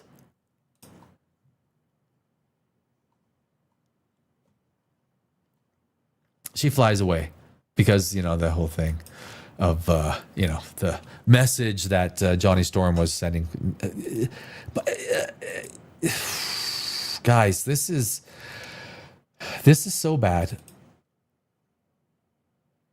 And so now, I'm going to skip to the end. Again, we're back to these giant TVs. These are built into high rises. So now she goes, so basically at that point in time, Silver Surfer goes and destroys. So they build all of this. So they're going to teleport the Earth to a new solar system or something, because Reed Richards is able to transport an egg 10 feet over there. And his stupid statement is, it's only a matter of scale.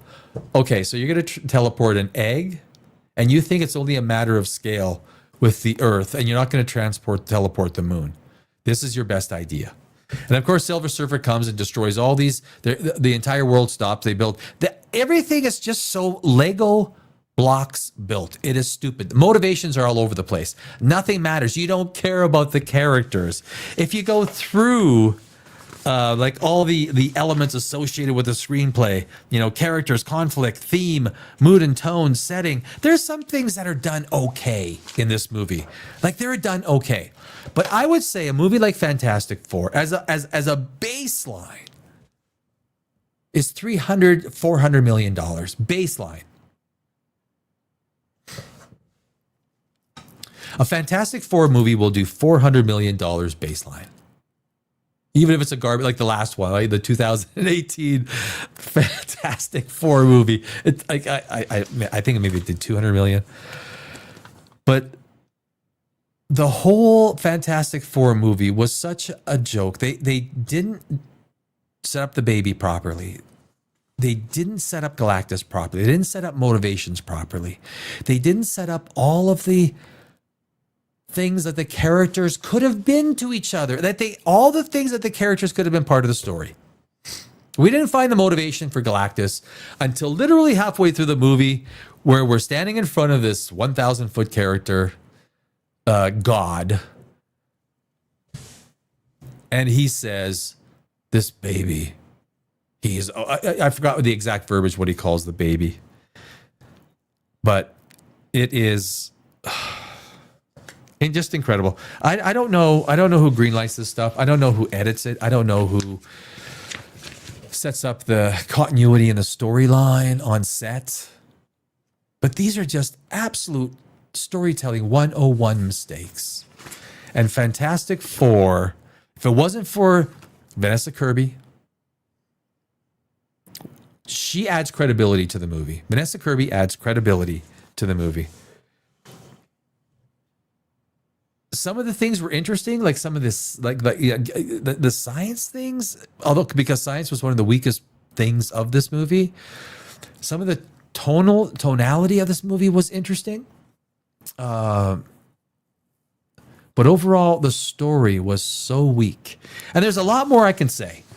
But the way they could have solved the movie issues was connecting Galactus with the baby right from the start, and make sure that motivation, that when Silver Surfer comes, and whether it's a female or male, you know, we could sit here and argue that. Comic book purists are going to say Silver Surfer should have been a male, and I wouldn't argue with it. You know, I wouldn't argue with it. But the problem is in the story. It's in the motivation. It's in the characters. The Thing was just an extra character. That he was a pilot and a cook. That's all he was. Johnny Storm had a little bit of a role when he deciphered the language of the Silver Surfer. Reed Richards didn't do a whole lot except try and transport an egg, teleport an egg. How did that? Well, I mean, he teleported an egg successfully, but the idea of teleporting the Earth without the moon 1,000,000 light years away to some other star system the calculations on that would have been, oh my God, what a stupid idea. These are just stupid science ideas that were not written by a science fiction writer. That would be my point. You know, a lot of people who watch Marvel are science savvy, and we want science approximate. Doesn't have to be science exact, right? We just want science approximate. Give us something close to real science. Iron Man did good, right? Tony Stark and the science. So as a screenwriter, I write science fiction and I understand science fact. There's no correlation between the two, science fiction and science fact. But Iron Man and Tony Stark and that segment of Marvel, everyone is screwing up Fantastic Four. Everybody. Reed Richards should be a scientist like Tony Stark. Real science. Science approximate. Not science fucking else so stupid.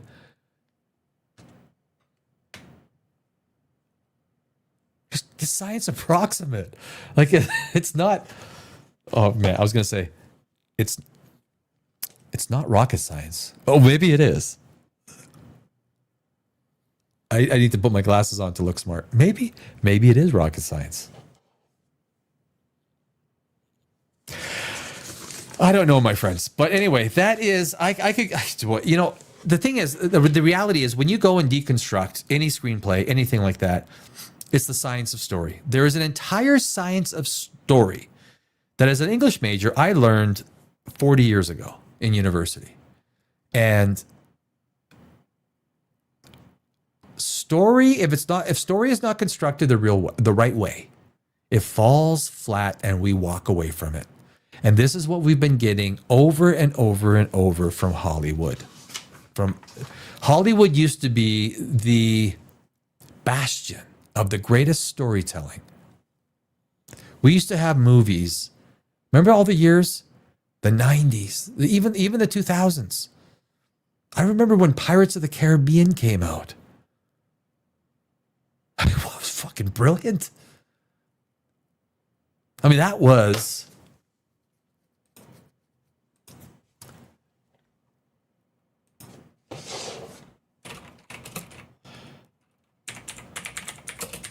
That was brilliant.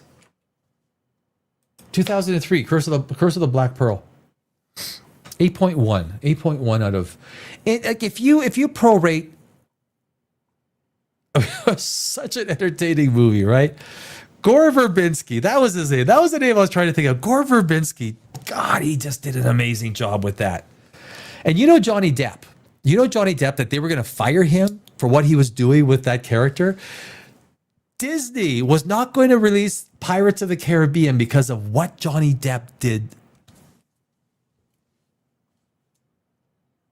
to that character. They thought his portrayal of Jack Sparrow was so bad that they were thinking about canceling the movie. True story. True story. Disney was thinking of... Disney was thinking about canceling Pirates of the Caribbean because they thought Johnny Depp's performance was so bad. True story. True story. And of course, when the movie comes out, it absolutely massacres, right? This proves studio execs should not be involved. Bob Iger. Bob. Should I call Bob at home? Yeah. No, I don't have his number. No. Should I call Bob? Hey, Bob. Bob, it's Danny Alex calling. Who? Danny. Alex. Who? Never mind. Studio exec should not be in. There should be it's something that's called last cut. Last cut. It's the person. So someone has to decide. This is the final edit.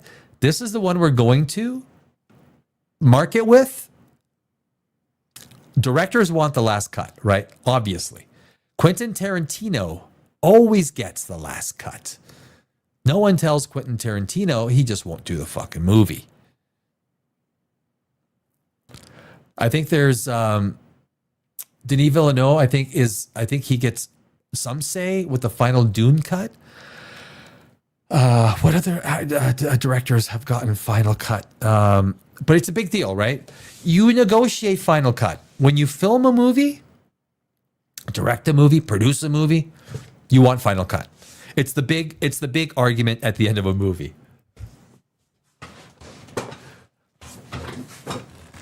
Who gets final cut? It's a big deal. It's a huge deal. It's the biggest deal. Because if you don't like the final cut, you say, no, I'm not going to release that. If a studio gives that power to the director and the studio execs do edits that they think are good, but the director has final cut, he says, no, I'm doing that. It doesn't get released. Final cut. Ladies and... Gee, that was a little burp. I apologize for my burp. Final cut is the biggest thing, the most important criteria any director, producer, studio works for to get. Final cut. It's a term you never hear from anyone, but it's the most important term. I get directors like Quentin Tarantino, probably Steven Spielberg. He probably gets at least 50% in the say. He needs to agree, final cut. I would say Dune, Denis Villeneuve in Dune, he probably gets final cut decision with someone at the studio. Very few directors get final cut power. It is a power, like literally. If you have power of final cut and you filmed a movie or produced a movie, whatever the movie is, good or bad, doesn't matter. Let's say they come to me, Danny, write me a screenplay for Star Wars and we'll give you final cut. That means Disney cannot release that movie until I sign off in the final edit. And I say, you know what? You edited that out. Put it back in or else this movie is not being released. Final cut. It's the most important thing in the movie. And no one ever talks about it. Why? Why? Because most of the people doing online reviews know fuck all about the business. That's just the reality of it. They know fuck all. They're giving their feelings about the movie. But to understand what really goes on behind the scenes on a movie like Fantastic Four, who got final cut on Fantastic Four? I'd say the studio did because it's so fucking bad. Final cut for Superman, James Gunn. Easy, right? James Gunn. Or at least him and, what's his name? The other guy, his partner. I don't think David well, you know what? David Zaslav, he likes power. David Zaslav, he's no slouch. Zaslav at Warner Brothers does not fuck around. He does not fuck around. Believe me. So remember that. When you see a movie, someone has to decide on that final cut. Always remember that. It's brutally important. Brutally important. Have I said enough about Fantastic? I mean, I could go into stuff about Fantastic Four. I mean, I think the characters were overall weak. Thank God for Vanessa Kirby. The conflict was weak all over the place. Lego blocks. I mentioned this before. Lego blocks. This was not a free-flowing movie that weaved and turned. This was just blocky. Nothing was tied in. It's bad. It was bad. Mood and tone was okay sometimes. Mood and tone. The setting, well, we knew the setting. The plot could have rocked ass. You had Galactus. But it didn't make sense because you had people that did not have the power to fight Galactus. That was another problem. Galactus is one of the most powerful beings in the Marvel Cinematic Universe. Fantastic Four should have been, I would argue, right from concept, it should have been an antagonist that was not at the level of Galactus.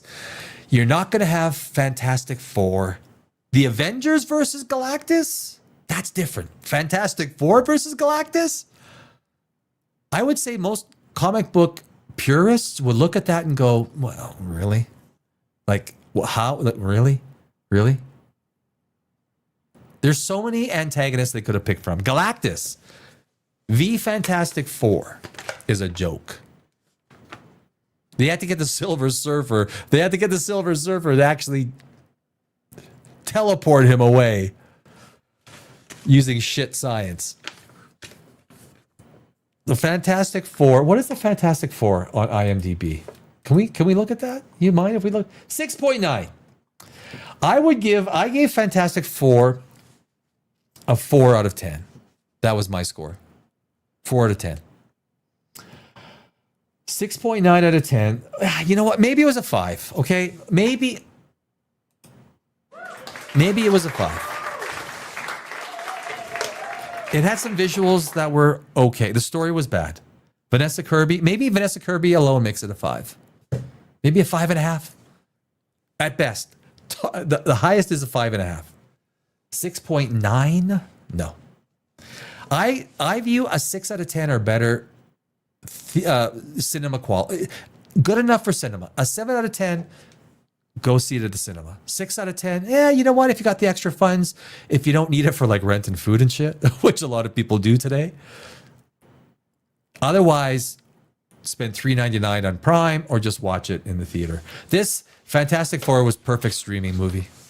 There's no reason to see this movie in the theater and spend $50 or $250 for the family to see this thing. This is not theater quality, especially given the economics of the world today. Avatar, Fire and Ash, that might do $3 billion. That might break a record. Adjusted for inflation, probably not. It's a different world we live in. It's a different world. The economics, people are hurting. And the first thing they will cut out is the theater, because they can watch stuff all day long. I have Netflix Prime. I have HBO and like HBO Max. That alone is probably the best streaming. That's easily the best streaming. They have got Warner Brothers has got so much fucking shit. They got so many properties. All you need is HBO Max.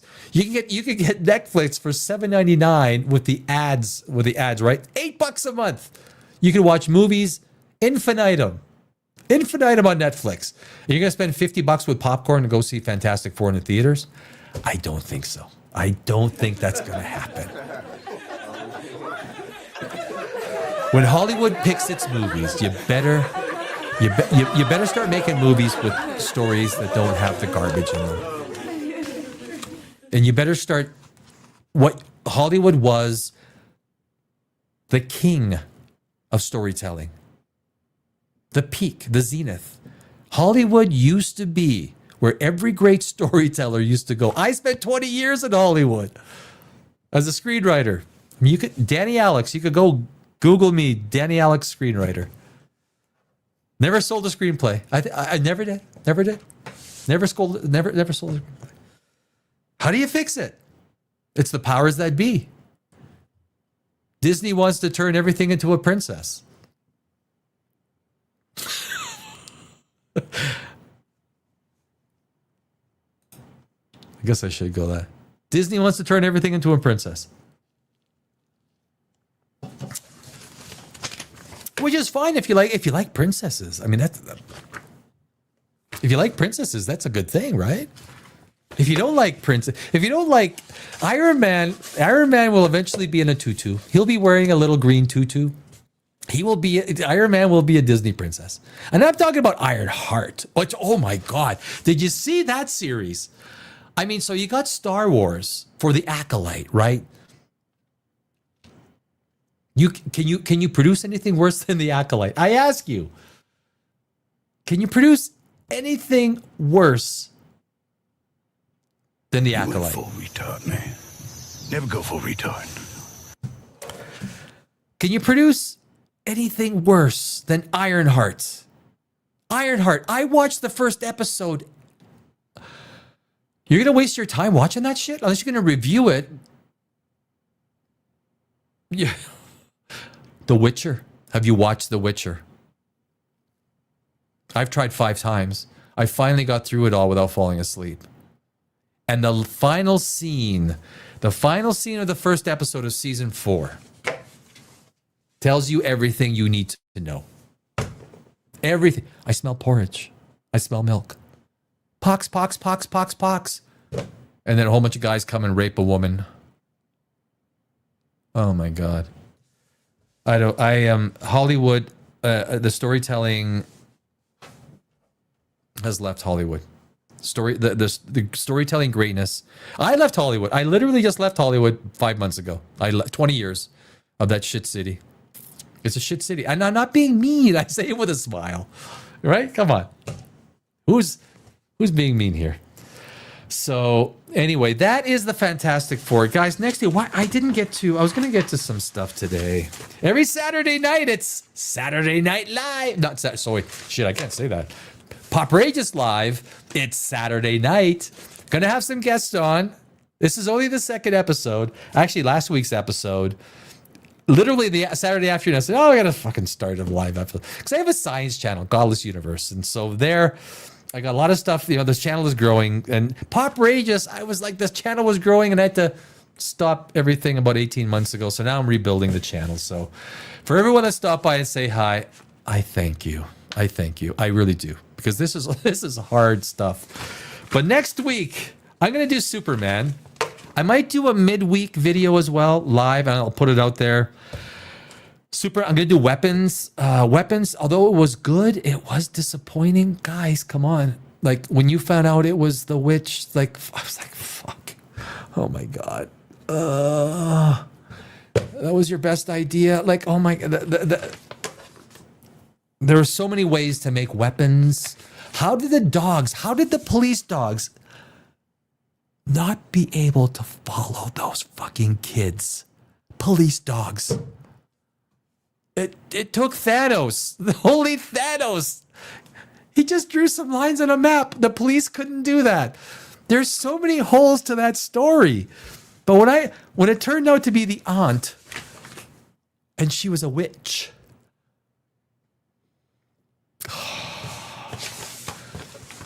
I got something else to say. I've heard some people say that Nosferatu was a good movie. Nosferatu. Have you seen Nosferatu?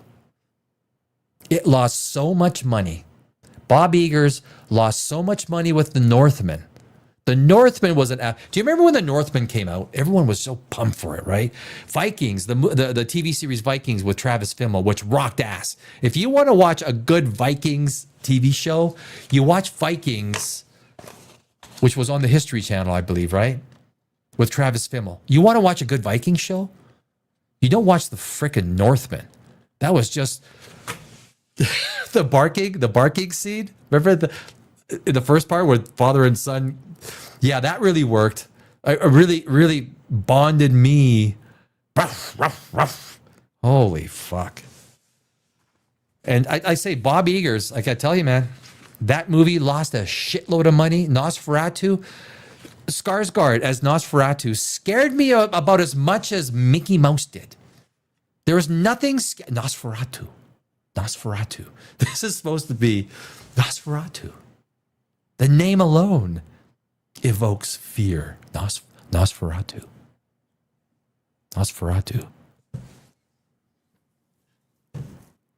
And I every time I hear someone say, "Oh, it's a good movie," it was a fucking good movie. Fuck, it was shit movie. Bombed in the theaters, bombed on streaming. If Bob Eggers does not come out with a movie that's even half decent to watch on the next one, I don't know how long Focus Features is going to keep putting out. Nosferatu was a bad movie, guys. You can try and spin it all you want. It was a bad movie. It lost a shitload of money. If you use any other metric other than money, you can't say, well, it's good art. Sydney Sweeney calling her a Christie movie, well, it was worth art. The people that put the fucking money in that lost $50 million, tell them it was worth making art. 50 million, at least 40 million, that movie's going to lose Christie. And she's talking, look, I like Sydney Sweeney. I do. I think she is good in front of the cameras. She is good under stress. For a young lady, impressive. Her last few movies have bombed. Christie was a terrible choice. Terrible choice. I was a boxer and kickboxer for 8 years. I've been in the ring. These movies don't work. Rocky worked because it was about the character outside of the ring, and the boxing in Rocky was a means to the end for a character. It wasn't about the fight. The fight was a means to the end for the character. More and more became about the fight. It was the same thing with John Wick. The first John Wick is masterful. The first John Wick, what was all about character and amazing motivational setup. What they thought after that was all about the fights. Let's make a 45 minutes fight sequence. Now you go watch a John Wick movie, you know exactly what to go take a number 1 or number 2. Okay, the fight just started, so I'll go grab some popcorn and take a whiz. By the time I get back, the fight should still be going. The magic of John Wick was the creation of that character in that first movie. They thought it was all about... John Wick 2 was not good, guys. Look, I love Keanu Reeves. I grew up in the same country he grew up in. We're both Canadians. I spent 20 years. I spent more of my adult life in the United States than I have in Canada. I've seen both countries very well. That's good or bad, whatever.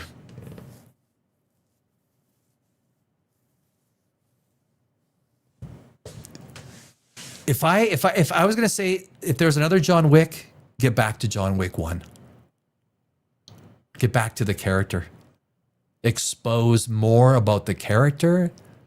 Look, the whole society of John Wick, the assassins, is amazing. You got to couple that with character depth of John Wick. There's stories there that you could, like, internal struggles that you could absolutely take full advantage. And you haven't. He did a fight up a frickin' stairwell that took 40 minutes. I used to watch Chuck Norris movies. Remember Chuck Norris used to always fight in cowboy boots. So I used to always wear cowboy boots when I was in kickboxing. Because I thought, fuck, if it's good enough for Chuck Norris, it's fucking good enough for me. You know, it's like the old saying with Chuck Norris. Chuck Norris and Superman did you hear about they had a bet? And the loser had to wear tights. That goes so good.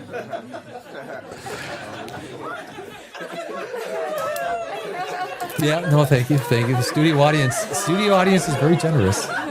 Thank you. No, thank you. That's no. But anyway, guys, is there hope for Hollywood? I mean, is there hope for Hollywood is probably an entire episode in itself. Next week, I'm going to jump on Superman from a screenplay perspective. Why didn't that screenplay work? James Gunn has proven he is an amazing Guardians of the Galaxy, the first one, was masterful. He knew how to start and create compelling characters and understand how it worked. If you take a look at the first Guardians of the Galaxy, you had Star-Lord, Peter Quill, as a small boy. He built sympathy. His mother died. And it was a good setup. And then we see Peter Quill as Star-Lord, and he's dancing around, and fuck, we like this guy. This guy fucking rocks. We like this guy. Because now we're sympathetic to him. We saw him lose his mother to cancer. Now he's dancing, but we like this guy. This guy is awesome. And Chris Pratt, to his credit, kicked it. Not just the little aliens. He kicked that role. And then he gets the little thing with the Infinity Stone. And his fellow protagonists are the antagonists. The ones that come, Gamora comes to kick his ass. I mean, I would let Zoe kick my ass. I think I would. Probably would,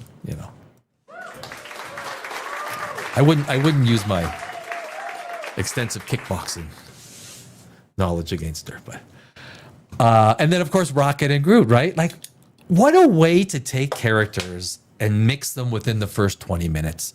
Give them motivation. We don't know what this thing is, what they're really dealing with. Guardians of the Galaxy #1, rewatch it. It is one of James Gunn's finest moments as a screenwriter and a movie director. Guardians of the Galaxy, he took a bunch of characters that no one cared about. Now, Superman, he didn't do the same. There's a lot of issues with Superman as a character. Everyone knows the kryptonite's coming. Everyone knows, okay, well, you're going to create some sort of hybrid. I even said it was going to be a clone, but even before, he's going to probably do a clone or some stupid, creates Element Man with, Superman is predictable. That's the problem. He tried to do sunlight. Well, if you're going to do sunlight, that means every evil person just attack on the dark side of the earth and Superman's fucked. You can't use sunlight as the harbinger for why he's going to be weak. You can't. Because just go and attack on the dark side of the earth every time. I think people assume that, well, the sunlight that hits him manifests itself for a long period of time. So he's not, I don't know. So next week we're gonna do Superman. I think I'm gonna do weapons. I'm gonna jump on Running Man a little. There's a few things we're gonna do. We're not gonna have a guest next week. Guests will start in 2 to 4 weeks. maybe, I should say maybe before Christmas. But I just started Saturday night, it's Saturday night POPRAGEOUS Live. So every Saturday night I'm going to be here. I got a lot to rebuild back on POPRAGEOUS. So I thank everyone who has come and hung out with me. It's been a great Saturday night. I might need a little bit more wine before I fall asleep. But thank you, everyone. Had fun. I know I ramble sometimes. I'm a much better rambler than I do. So, but anyway, thank you all. And I will see you.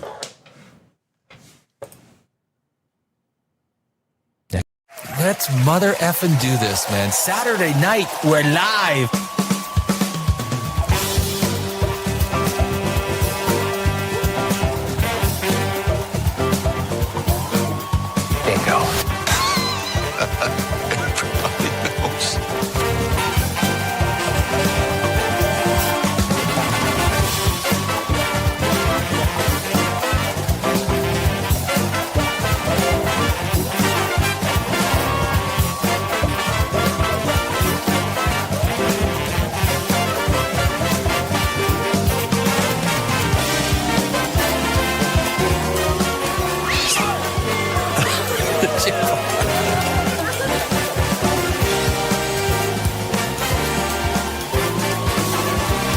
Sorry, you're still there.